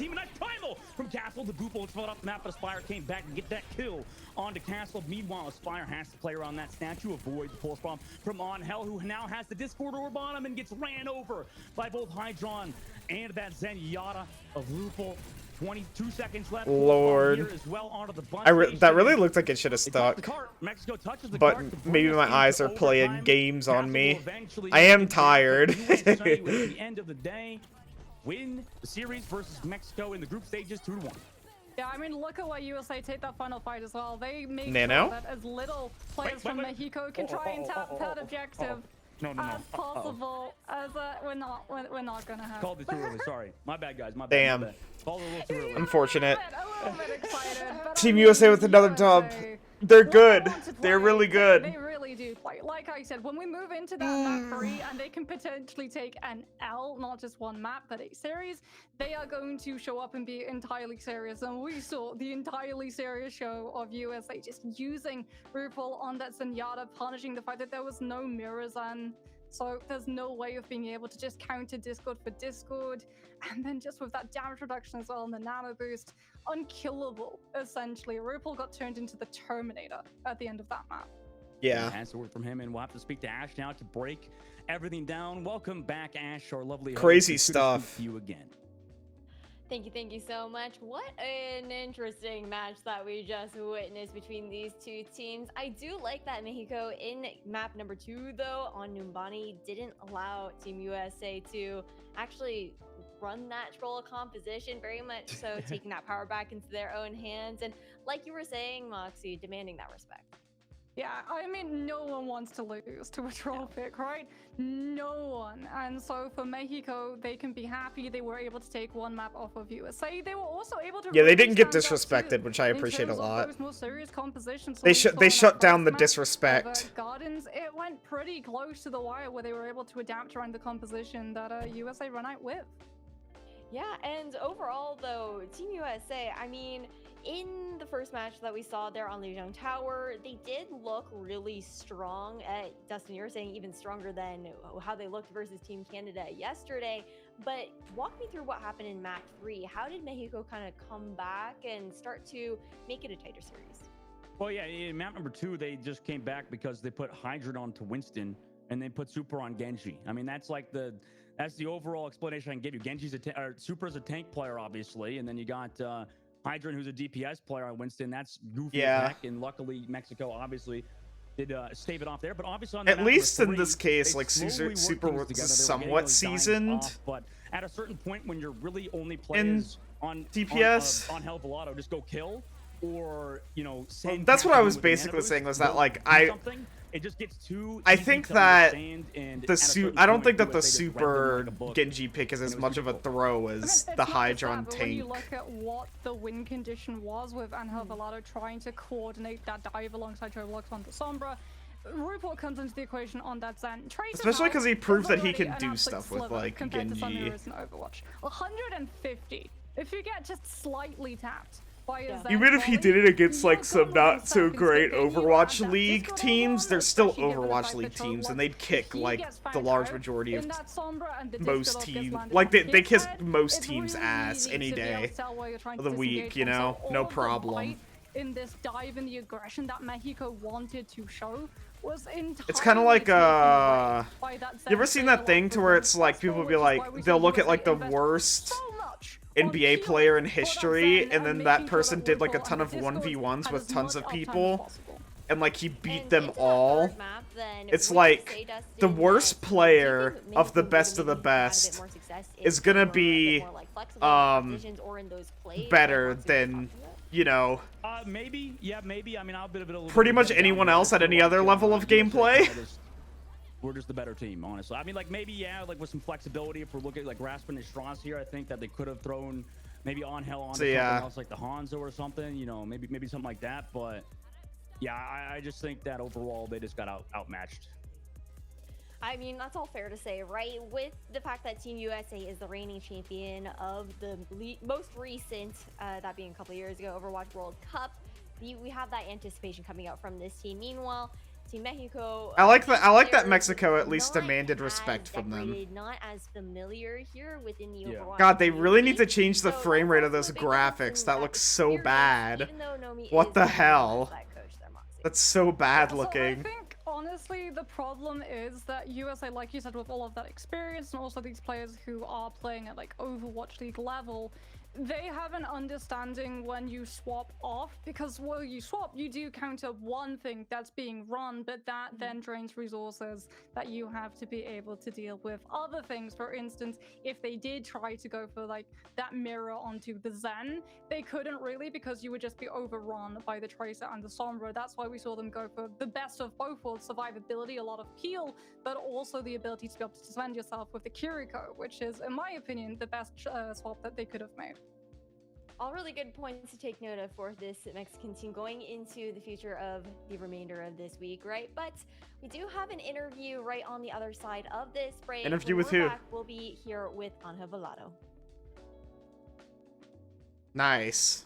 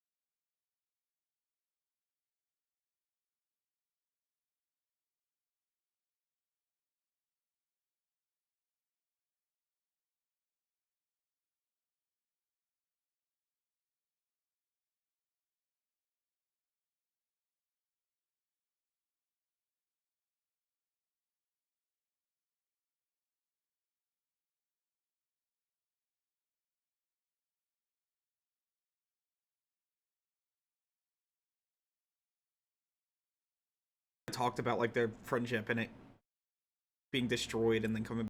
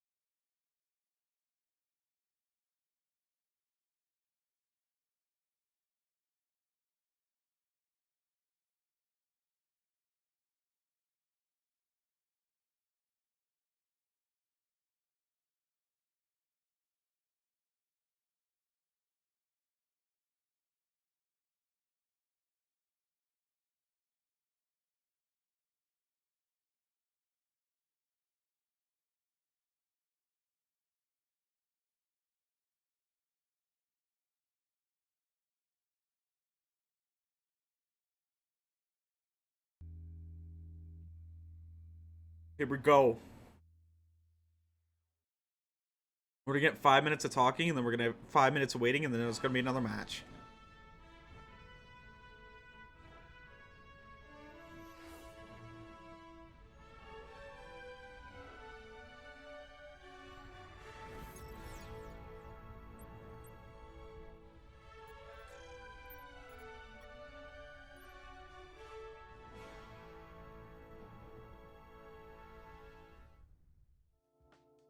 Welcome back, everybody, to the Overwatch World Cup. Oh, wait. Here in the Americas region. This is the interview. We didn't even get that interview before this. And I have an interview here alongside with me being Angel Volado, GG's, and I was just wondering, Angel, how are you feeling? Were you nervous going into this matchup against Team USA? Hello. First, thank you for the interview. And to answer your question, yes, so we were really nervous, especially the first map, and that definitely affected us on our performance. I mean, to be fair, Team USA is definitely a monster of a team to be here. One of the top for sure, especially within the Americas region alone, right? So I was actually curious, with Nomi being the coach for Team Mexico, I was wondering what kind of experience you feel he brings to the table, especially with the fact that, you know, you ended up facing up against Super, and that was, I think, a bit of a surprise to see him subbing in, and Nomi has a history playing on San Francisco Shock with him as well. Yeah, as you said, the Team USA, all Overwatch League players, plenty of experience and much respect to all of them. And as of Nomi, yeah, I feel like our team learned a lot throughout these months. In his experience definitely helped us, and I think it really showed. Who's playing next? Let's see. Yeah, I'm really glad to hear that you guys have a coach like Nomi backing you up and whatnot. So were you guys anticipating, I guess, Super actually subbing in today, or were you expecting to play up against maybe Sugar Free instead? It was actually a surprise to see Super. We were expecting Kalush to play, Guatemala and Costa in Rica. Sugar Free. But yeah, it got us And by that's the surprise. last match for this Did that region. shake up, I guess, like the preparation that you Then guys had done, anticipating New Zealand and Rouge India starts at sugar-free 11 my instead, time. It's currently leading like into today's matchup? 6:52. A little bit, but I think we warmed up and we prepared mentally. I India wouldn't wins say that? You much. think so? I'm not familiar with the region. Well, that's good to hear at the very least. And my last big question for you, I guess, is despite how the scoreline ended up panning out here for this particular matchup, you still showed impeccable individual prowess as a player within your mechanics, and that was a big reason as to why you were one of the top. The India players are all American and Canadian, really?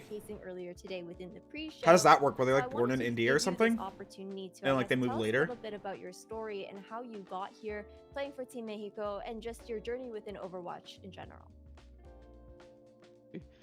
First, thank you for the compliments and the MVP.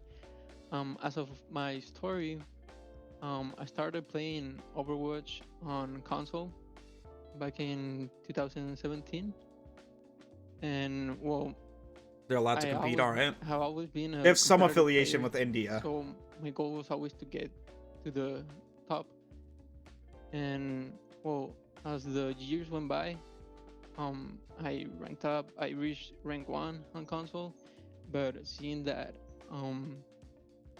that the competitive scene was on PC and not console back then, since there was no crossplay, then I decided to make the move and switch to PC.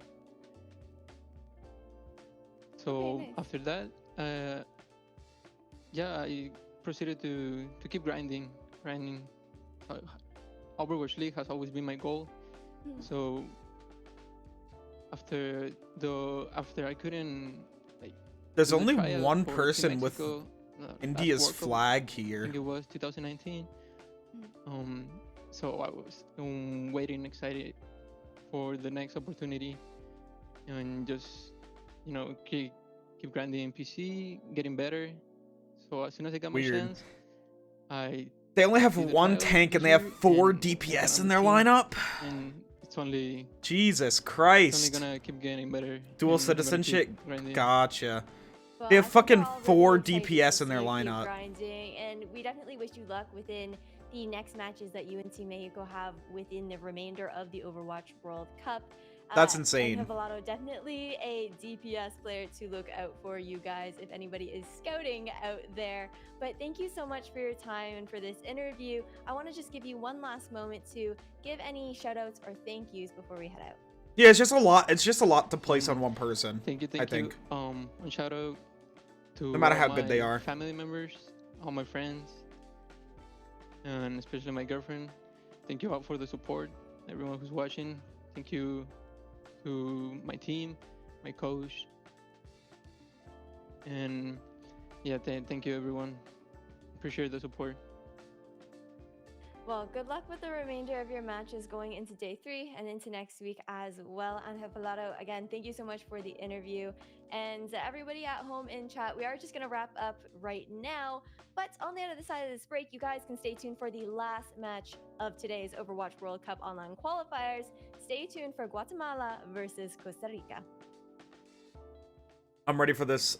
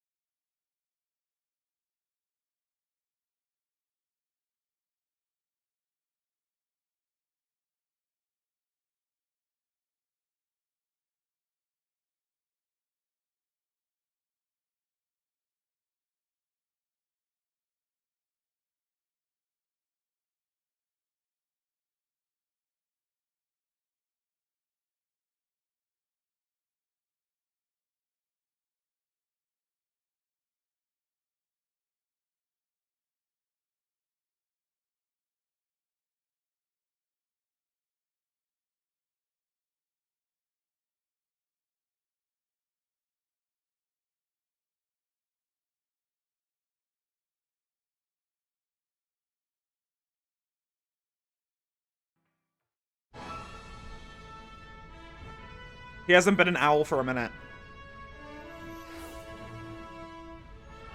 He hasn't been doing things like this for a minute.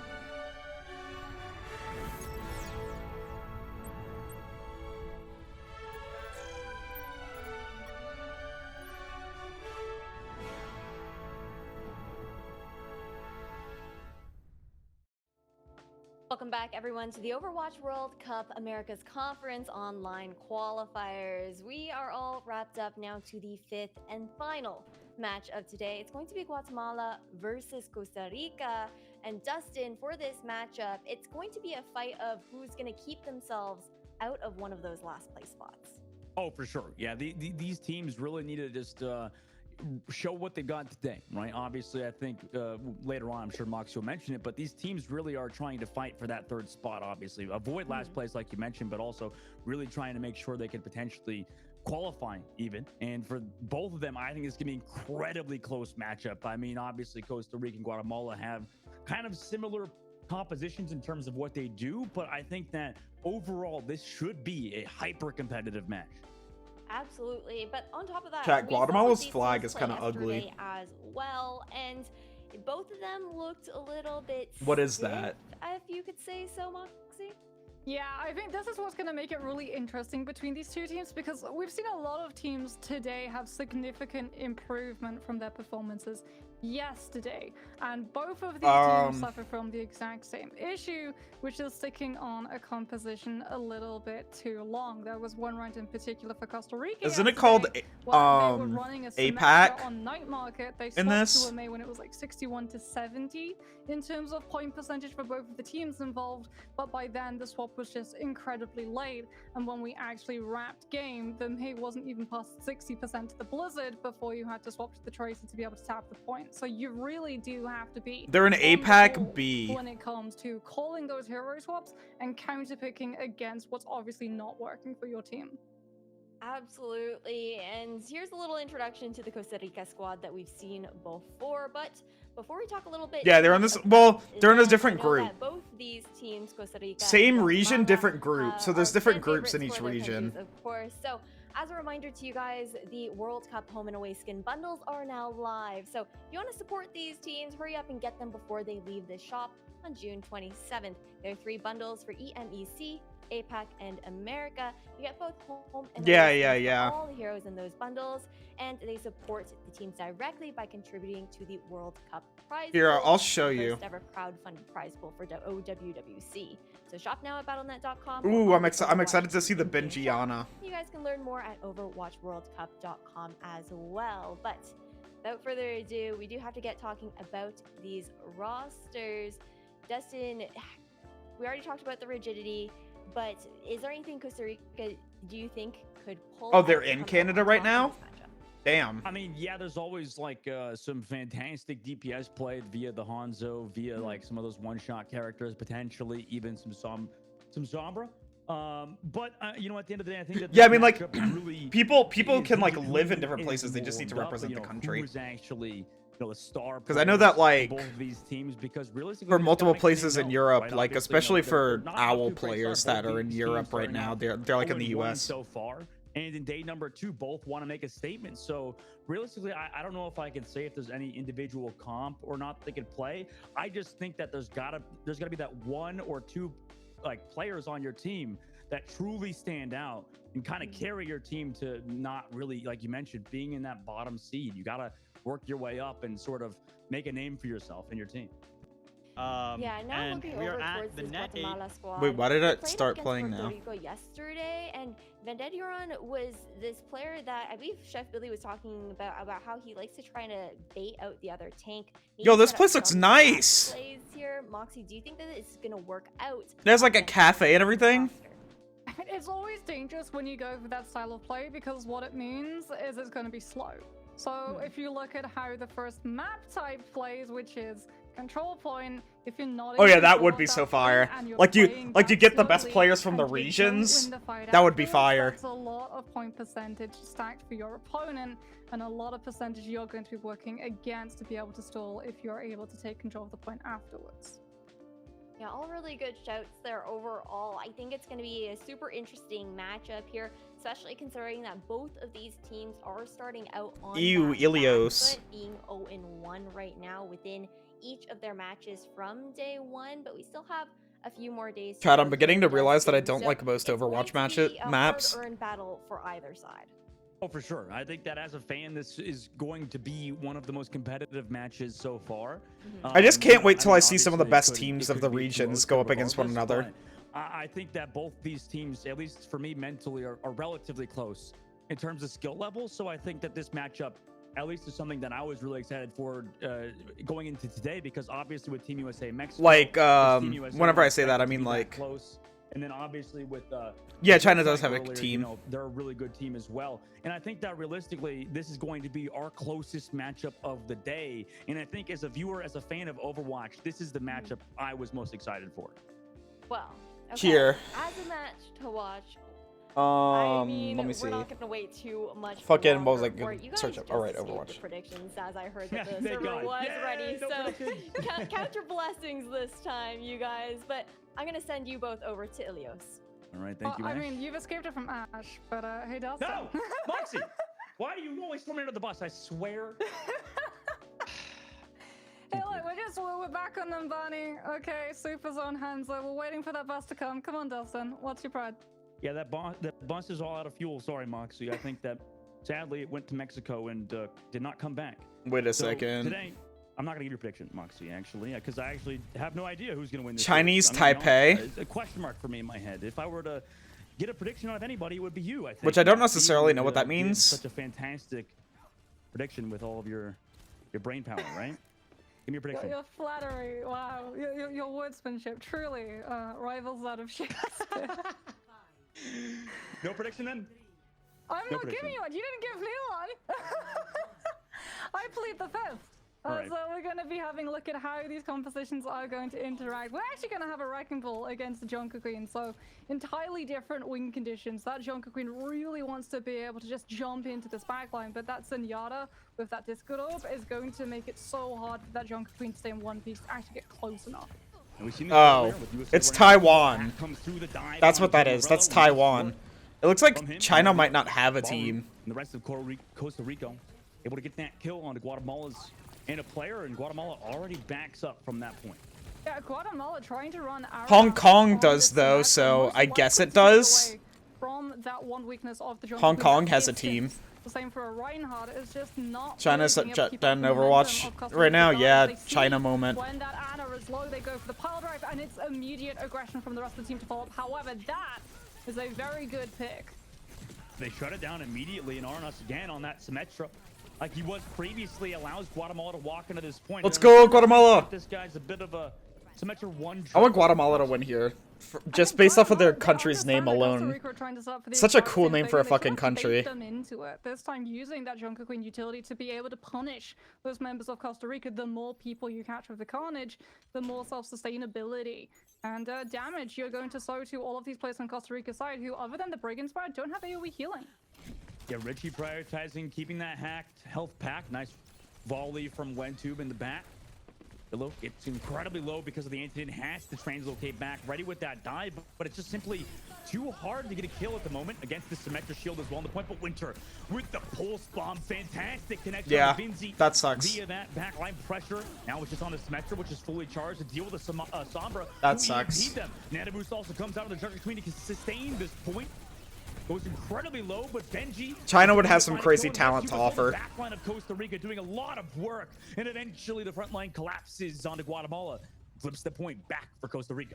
Just so much movement. They walk right past that Nano Junker Queen into that backline. Without that rally, Guatemala just do not have the sustainability. And Costa Rica are able to use this Discord and just tear through the health. It's the exact same thing that we saw from USA versus Mexico. That extra 25% damage that you take. So much in comparison to... We didn't even get to see the EMP. Well, big EMP on Costa Rica's backline. Nice work from them on that dive, though. Vendettatron does get Benji. Meanwhile, Yadella found Vince. So Costa Rica still holding on this point relatively well. They also have the hack on Vendy at the point. Great work from them to hold on again up to 60% now. Winter also picked off Aranas. Yeah, really good. What tag happened effects in that coming fight through. there? Arana's Honestly, not going to be able to set up in position to be able to build up to that pulse bomb and bait. This Transcendence out they're here hacking is so many health Guatemala packs. are going to have to use the rampage and connect onto all of these players. At least it has the God, I'd anti-healing be so effect, pissed. Transcendence is gonna be nullified I'd be from so that pissed if angle. I was Guatemala. Winter waiting above. Would have to deal with like trying to get health packs and not being able to. Coastal front as well, but does have the Sombra there as well as the shout from Guatemala's main tank player. Big but pulse. Winter again with the sticky, and now the follow-up on Oh the my stun God. from Baru, and it's far too predictable for Guatemala at the moment. If there's any more pickoffs here, I think it might be all over for them. Yeah, and I mean Costa Rica. It's over. They lose this Be map. able to have the hammer mines. We've got that Benji rally coming through to allow them to get aggressive. Well, that was and push something. into the regrouping members of Guatemala, so there's just no chance of tapping onto that point, using the rally to sustain, turning the fight around with a well-placed rampage. And it's the exact same thing we've seen from these teams that try to make this Jungle Queen composition work on Ruins, a map that has been long favored by Widowmaker with how long and open some of those sightlines are. The exact same thing works against the Junker Queen so detrimentally, so hard to get her into a fight safely. Yeah, I'm gonna be honest. The Symmetra, don't know if that was exactly. I just don't like Ilios. I don't like a single one of their maps.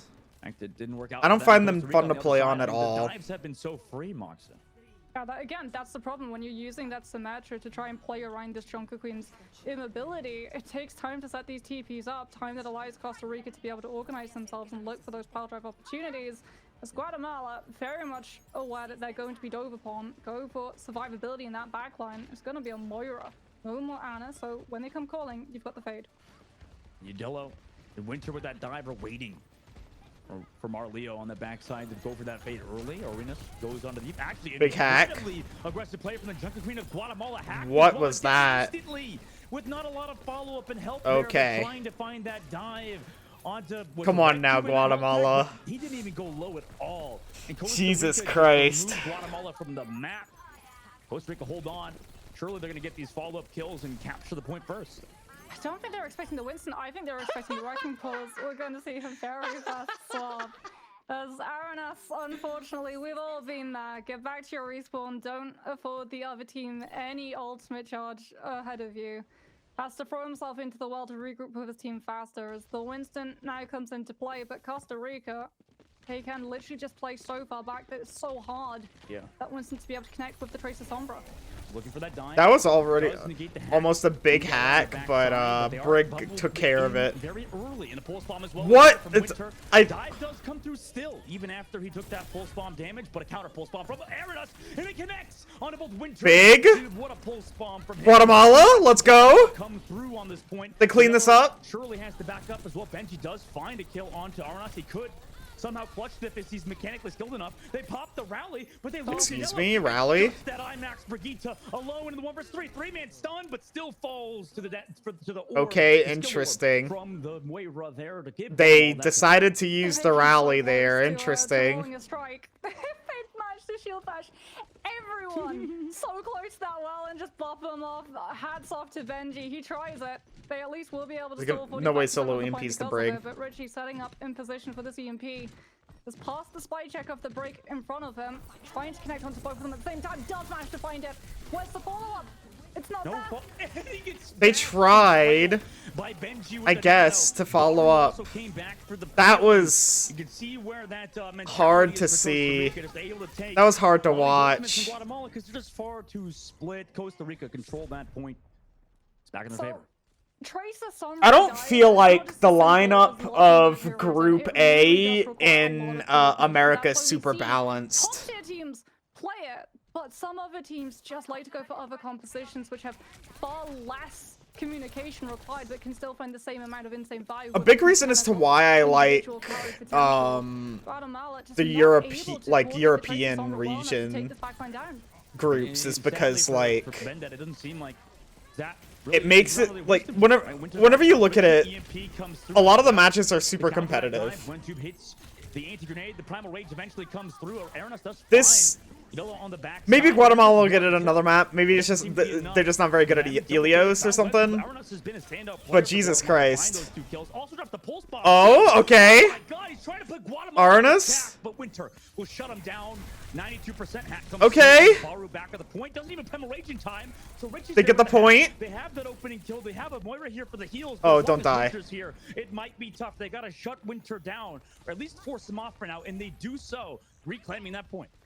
Got Cyan Barrier. They don't have to worry about jumping through the hoops of avoiding EMP. Richie's going to be far closer to having one of his own in comparison to Yodella, but Costa Rica's dives have been so potent. Guatemala cannot afford to lose a player early. Indeed, Baru now sitting towards that main of the point. Hat comes through on to Bennett. Gets Big beat from Vinci, perfectly timed. EMP is being built up. Costa Rica don't want to commit any ultimates just yet. Winter goes incredibly low. They're sustaining the dive for now. Baru now goes. Oh, okay. Using the jump. Didn't time it exactly where he gets 2 jumps right after another, but comes back after the recall of the Tracer. Benji also eventually will find interesting Benji primal. Front line, and he also gets rid of Vinci. Fantastic brick play from him to give them that 2K on their opening. Will control that point again. Winter has found Aranas on the backside, and EMP and that nano came out immediately. Holy shit. Winter collects the 3K, drops the pulse bomb and celebration. Well, damn. And Costa Rica will take Costa Rica takes that. That dive just looked so strong. Holy shit. Coming through. That last primal from Baru just that was a little rough to watch, Chad. I'm not gonna lie. That was a little rough. To make sure that that speed is just not there to be able to make sure that the tank stays alive long enough. And from that, it is just an absolute hunting gallery for the team of Costa Rica. They look so put together compared to what we saw from them yesterday. And this is what I told you about, Dustin. Some of these teams started off on the back foot, had a couple of days now to be able to climatize, figure out how they want to play, how their opponent is going to play, and they're looking so much better because of it. Yeah, Costa Rica is, I hope that they're able to pull it together in this next match, because if not, oof, that's going to be rough. It's going into this next one, and this next map, obviously up a map. I personally thought the series would be close. I was dead wrong. You're right. I think that overall, it seems like Costa Rica's in the driving seat at the moment, Moxie. And I mean, why do you think that is? It's just because of their dives necessarily? It's because they have the mechanical skill, or is it the combination of those two? I think a lot of teams fall into the trap that is a meta composition. This is something that we talked about, right? It's not just as simple as putting the heroes. What is Australia's roster, chat? You know the ins and outs and how to coordinate and communicate and work around each other, and that was something we weren't seeing. And it can work. A Sombra going in solo with something like an EMP, if that backline. I'm assuming they have like tons of like Australian contenders teams. I mean, tons of Australian contenders players. Sparked up Brigitte, who has all of the damage reduction and all of the ability of just being able to bop you around. Punk, and that's all you know. What we saw from Punk is good. Was that backline was coordinated, that they were able to use things like those saving nano boosts. Punk, Kuffa's good. Support of either your Tracer or your Winston. But the dive just looked so much more Nanda. And I think it cycles back, like you said. Good DPS player. I don't know about the support lineup. Bertlog, Aki. Yeah, I don't know about that. But they had to swap Nanda, Nami, because of the Jin. that they ran into, and it just didn't work out for them in the long run. Okay. Yeah, I'm really they look curious to see decent. what they do on They this, look decent. This upcoming map. But yeah, in this one in particular, it was very rough. I mean, they found some opening picks. They had some success with the counter dive. I mean, hell, it might be a decent idea to try to run it again. Obviously, I think you just got to come back, maybe peel a bit better. You know, I mean, Hunter is their coach. Junker Queen is not a pure tank. I definitely don't mean just the Junker Queen, but it's like Vinci not staying near Marleo and stuff. And it's like, you know, it's a bit of a disconnect. It seems like the DPS player. I'm going. Maybe I'm like assuming things here, Moxie, but I would assume it's like Aranas and Richie calling a lot of the dives, being that leader for their team, and then everybody else trying to kind of blindly follow them. But it results in a bit of a disconnect at times. Guatemala had a couple of plays, but just going for those dives with them. It feels like they mostly want they mostly want due to like coming out on the better end of really scrappy fights. It's not just like your main tank saying, okay, we go here. Feels like they won after giving up so much of what they had to give. Animal, a live vein of communication that goes between the tank but also the Tracer and the Sombra, who are in those scouting positions and calling out those targets who are maybe a little bit out of position or easier to be able to kite out of position that you can then capitalize on. And the big telltale sign for me that we were seeing that disconnect was that when either Richie or Aaron were moving into positions to try to just chip those players down, Bendit on the Winston was not just a couple of seconds behind, but sometimes 10, 15 seconds late in jumping in, and that does. Wait, Benji got play of the game? This composition is not quite fully figured out. Yeah, exactly. And you know, maybe like just looking for, you know, into Guatemala a bit more. I mean, crazy stuff. Holy shit. Like a long time ago when I swapped to Lucio temporarily, and I played on a team called Citizen 7. Citizen 0 and 7, by the way. We went 0 and 7 versus a lot of pro teams. We had a tank player that just wasn't very good. So I literally microed him all the time. Like I was telling him when to shatter, when to hold shield, when to push forward and stuff like that. And, that, you know, sounds like annoying. I would assume maybe like Aranus or Richie are kind of like the star players of this team and could potentially be trying to tell what that tank player to do because maybe he's lagging behind in terms of the rake department. I obviously don't really know, but I would assume maybe it's on that same trajectory where you're trying to micro, which, I mean, Mox, you know more than anybody, whenever we play rank together, you're trying to tell me what to do, where to position and stuff. Not all the time will you have somebody that can listen and actually do exactly what you're thinking at every single moment.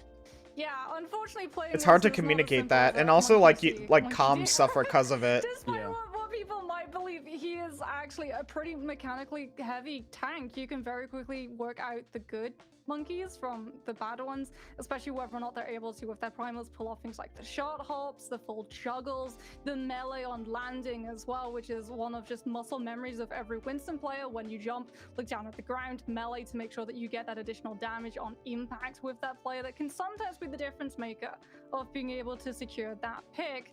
And it's no surprise Circuit Royale. I mean, having lost that map, Guatemala are going to take us. They're going Circuit Royale. Far away from dive as humanly possible. Circuit Royale is going to be coming through, and I would imagine that makes sense. I think see the tank composition change up to reflect that.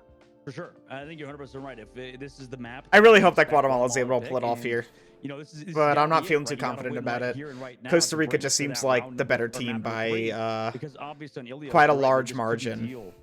With that dive, and it feels like this kind of like a similar thing that we're seeing a lot of these World Cup teams, because obviously, like we talked with was it Angel earlier for Team Mexico, he was talking about how, you know, a lot of these teams have Overwatch League players and a lot of that experience and stuff, and it feels like, you know, just watching the tank player of Guatemala, for example, a lot of these players don't like do a lot of that progression that we see a lot of these really good players do, like checking corners, checking angles, you know, reacting to what's happening to you.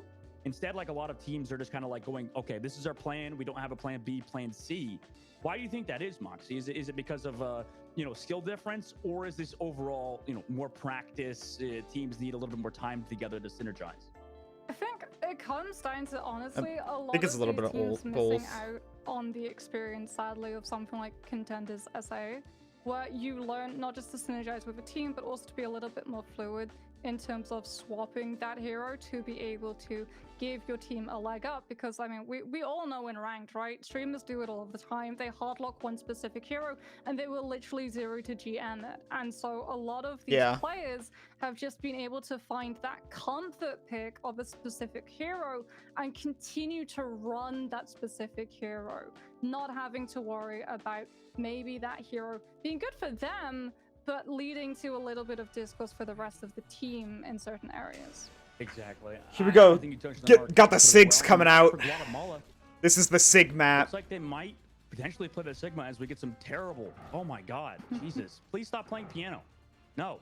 Yeah, look. Even Bennett's coming up like, please stop, and he's continuing. Man, well, hopefully Aranus can hit Hanzo shots better than he can hit these notes. Wow, that might have been the worst piano performance I've ever heard. I mean, what the hell? Much piano do you, Mr. Doesn't know Ludwig van Beethoven? No, listen, I don't. But let me tell you, when I was like 12, I played piano. That was a good reference to earlier. I quit because piano sucks. And my hands are too small. And you didn't know look at the widow spot. Incorrigible. Ooh.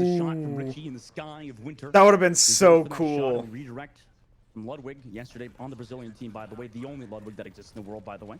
Richie going for the grapple shot in the sky. We get that Widow matchup that you were certainly excited to see again, Moxie. Yeah, but it's intruded upon by the Sigma shield. Both of their Sigmas. Okay, time for us to watch Widows for most of the match chat. The defenders have to pull fully back towards corner, and I mean, This they've is- already given up so much ground. This is The dumb. pressure of Richie's grapple shots alone. Yeah, you're right. Immediately has to back up around the corner. Power goes incredibly low, but hangs those heals from Red 2, but it's just damage from a lot of this Hanzo pressure. From Iron Us, I kind of like to see this double sniper composition again. It feels like it's been such a long time since we've seen Widow Hanzo. Usually we see a lot of Tracer match with it.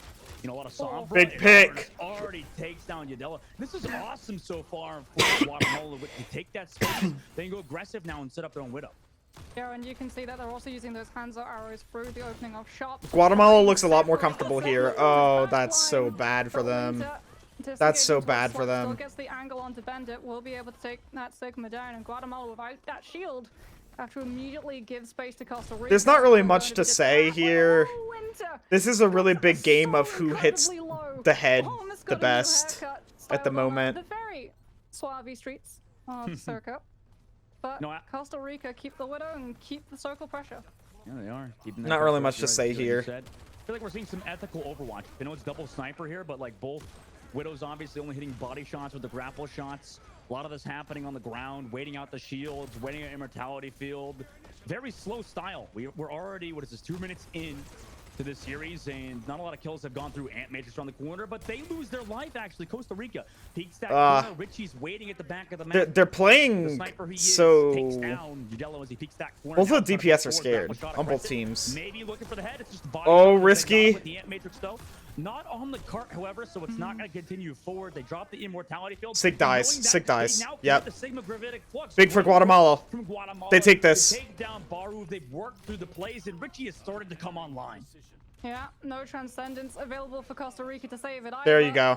And there you go. Result, they did it. I mean, even then, it doesn't stop those headshots, so double snipers just making the sense job so much harder. To keep this team alive, they're going to have that Dragon Strike as well to make sure that Costa Rica are just stuck in this choke a little bit longer. Richie even going to be popping the Infra Sights by themselves 16 seconds longer to keep Aranas's pressure onto the Sigma constant on this team's backline. Reina's shot onto the backline, hands the Dragon Strike ready to go. Wall hacks were used by. I wonder what they're going to try to do here. Now Aranus comes to that left side. Ready to go with the Dragon Strike. No, this goes with a comp like this, there's not much you can do with the Dragon Strike, really. We just have hope to get some unsuspecting player, sure. Maybe cut off Sig. Now the Dragon Strike over the left. That was a good one. Cut off Sig. There you go. Immortality Field is there to save him, and then with the Transcendence, maybe a little bit of overlay, but it works out for them because Yadella hits the shot. Guatemala got to get out. They can push forward with it. Guatemala has to back out of here without their tank play. They don't have a lot of that space. They could find a one-shot, but Yadella's found two already. Does get traded up at Richie, however. This shit's nuts. Mainstay for Guatemala is Richie hitting shots, but they still have to wait for two members of their team.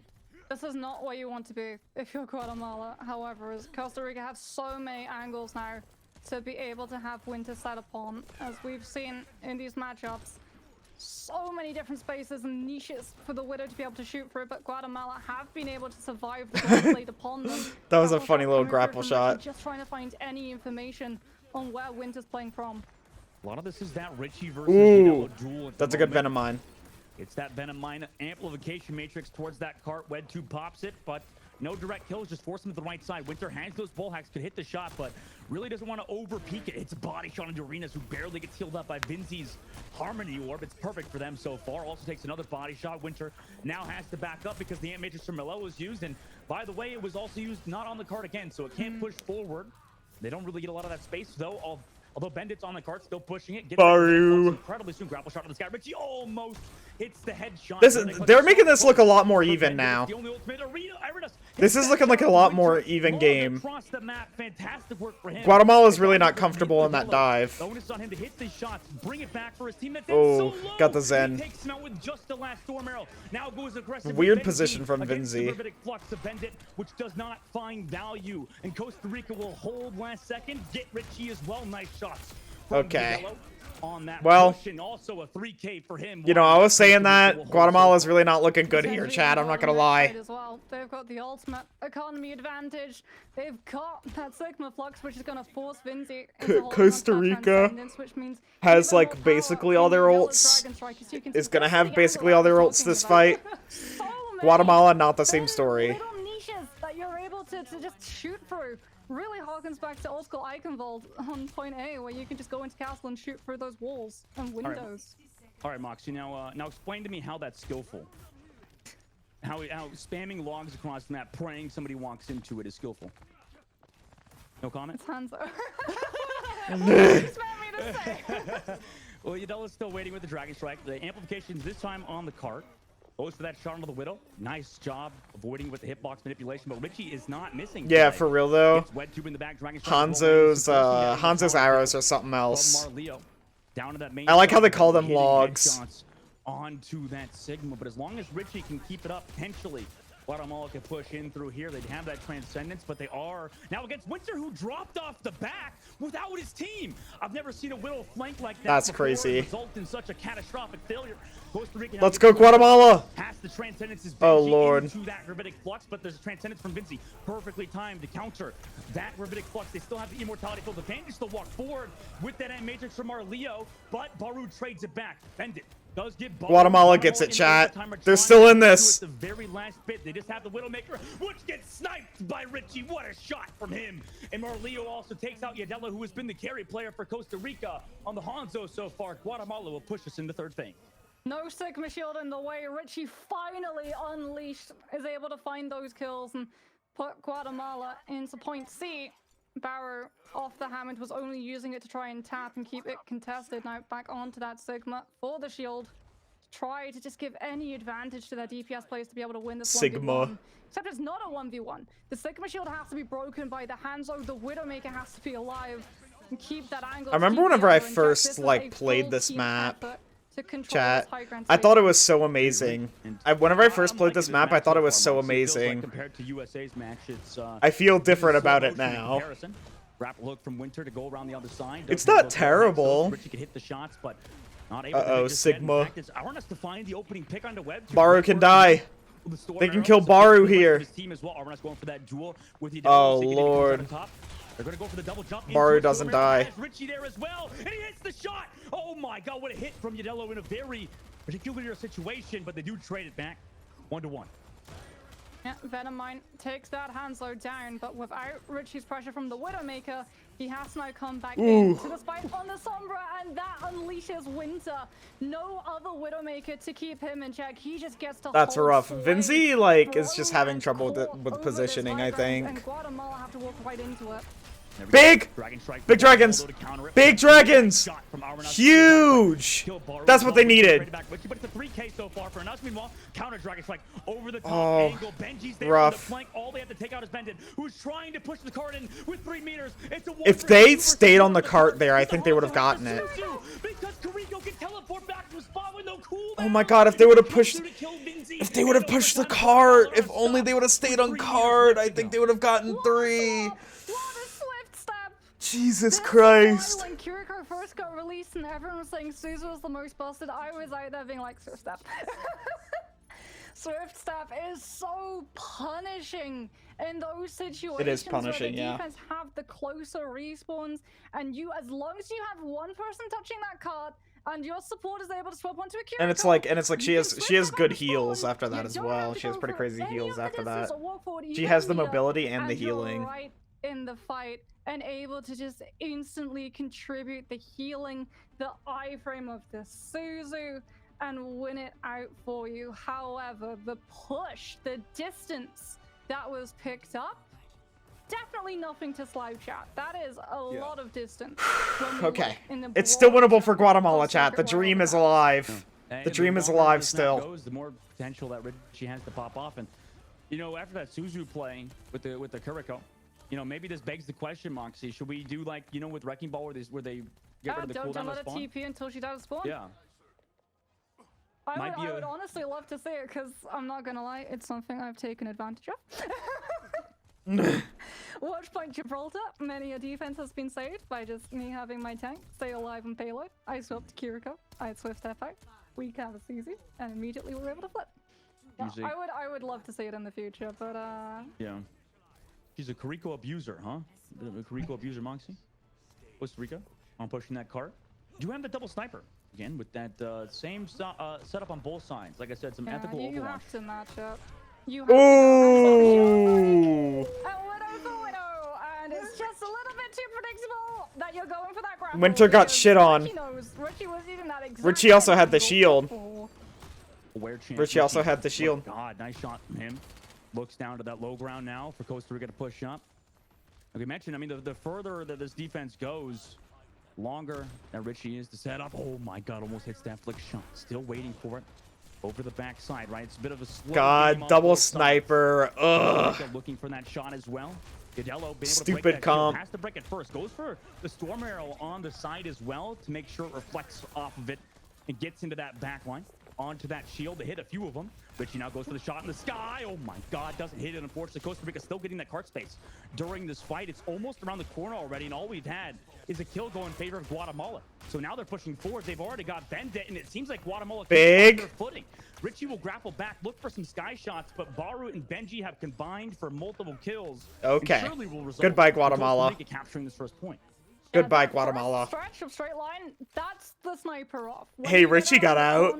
Richie got out with like 50 health. The Baptiste spam, and that Sigma can really start to pressure that defense all the way back so that you pick up that checkpoint. But point A, that's not the struggle in circuit. The struggle begins now. The defenders, if they're able to take control Winter almost got slope, that sonar, the sonar on Winter though. For so long until your DPS are able to outmatch the other sides. They probably got a lot of info from that. They do it. Richie looking for that shot.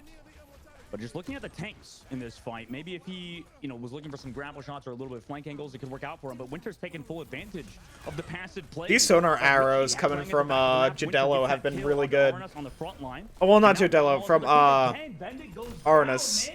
They've been coming from Arnis. Oh my God, Guatemala, please do something. And Guatemala still crumbles. Slowly sucked out of him. I mean, there's not a lot of meter into that third phase, and there's potential even more stagger kills here. Come on, Guatemala, keep the dream alive. But if you exhibit, you go into go Life Weaver. Just between a rock and a hard place. Guatemala needs something crazy. They need to pull out the Life Weaver right now. Without the amplification matrix, Costa Rica. Oh my God, no way. Really key utilities and just nobody's pushing cart. Okay, now they are. This defensive side just absolutely unravels on B. Unbelievable, chat. Unbelievable. Bending the knee, Richie off the Widow onto the Sombra, but they've got the Sonic from the Hanzo infrasight on the Widow. You can use stealth, but they're gonna know exactly where you are. Yeah, I'm about to walk away, man. Richie off the Widow now means that Guatemala obviously lose a lot of that pressure. They do use the Gratific Flux here. Richie went back to spawn, by the way, so he's not here for the follow-up. Interesting decision from Bendit. Oh my God! Richie got deleted. One shot by Costa Rica on that back line. They come through the top still. Somebody's pushing the car. That was stupid. Fight, knowing that Guatemala tries to rotate, but now they have to go against this Dragon Strike into a room. They forced that trans. Transcendence to live, but they only have 4 members here on the cart. Potentially could find these one shots as Costa Rica has to give up that card space. It does get that pressure now from Richie's arenas. Richie's having a little bit of trouble here. But now Richie's chased down again. Got caught on that wall. You hate to see it. Arenas on the low ground does have that Dragon Strike. Unfortunate. And now in the room, it might be hard to avoid it. Eventually, he kills Benji, and the immortality field runs out. Yadello does trade it back, though. Gets that 2K on DeMar Leo and Arenas, and Winters finds Vinzi. So even though it was a bit of a weird situation, Costa Rica will control that bot again, or card again. That rock saved Costa Rica. That was crazy.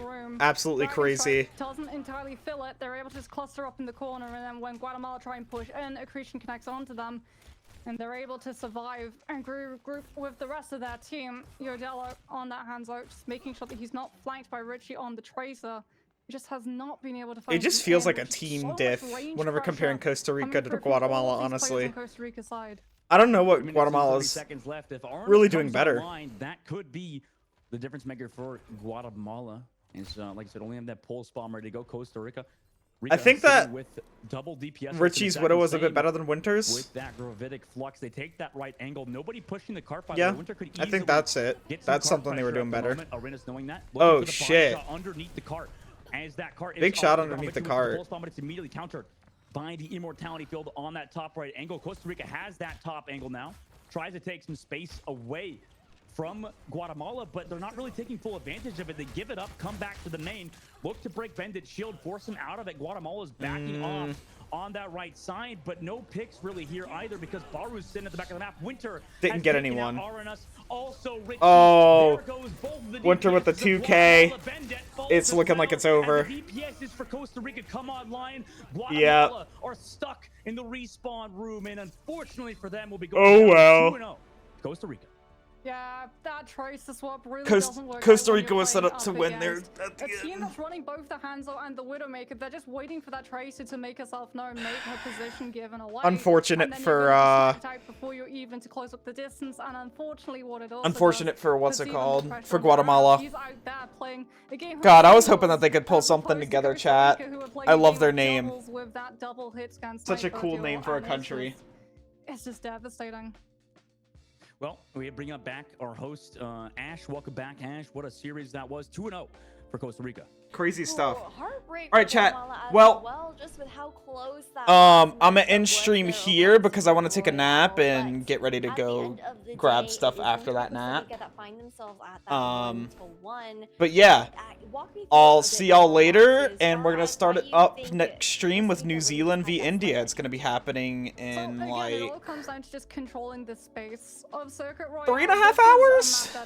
Yeah, it's gonna be happening in like 3.5 hours, chat. I'll see y'all there. Thank you so much for watching. If you enjoyed the content, be sure to drop a follow. If you'd like to see me on my other social media platforms, type !socials in chat. That is gonna give you a link to my other, to my YouTube, to my TikTok, to my Twitter, to my Discord, all that good stuff.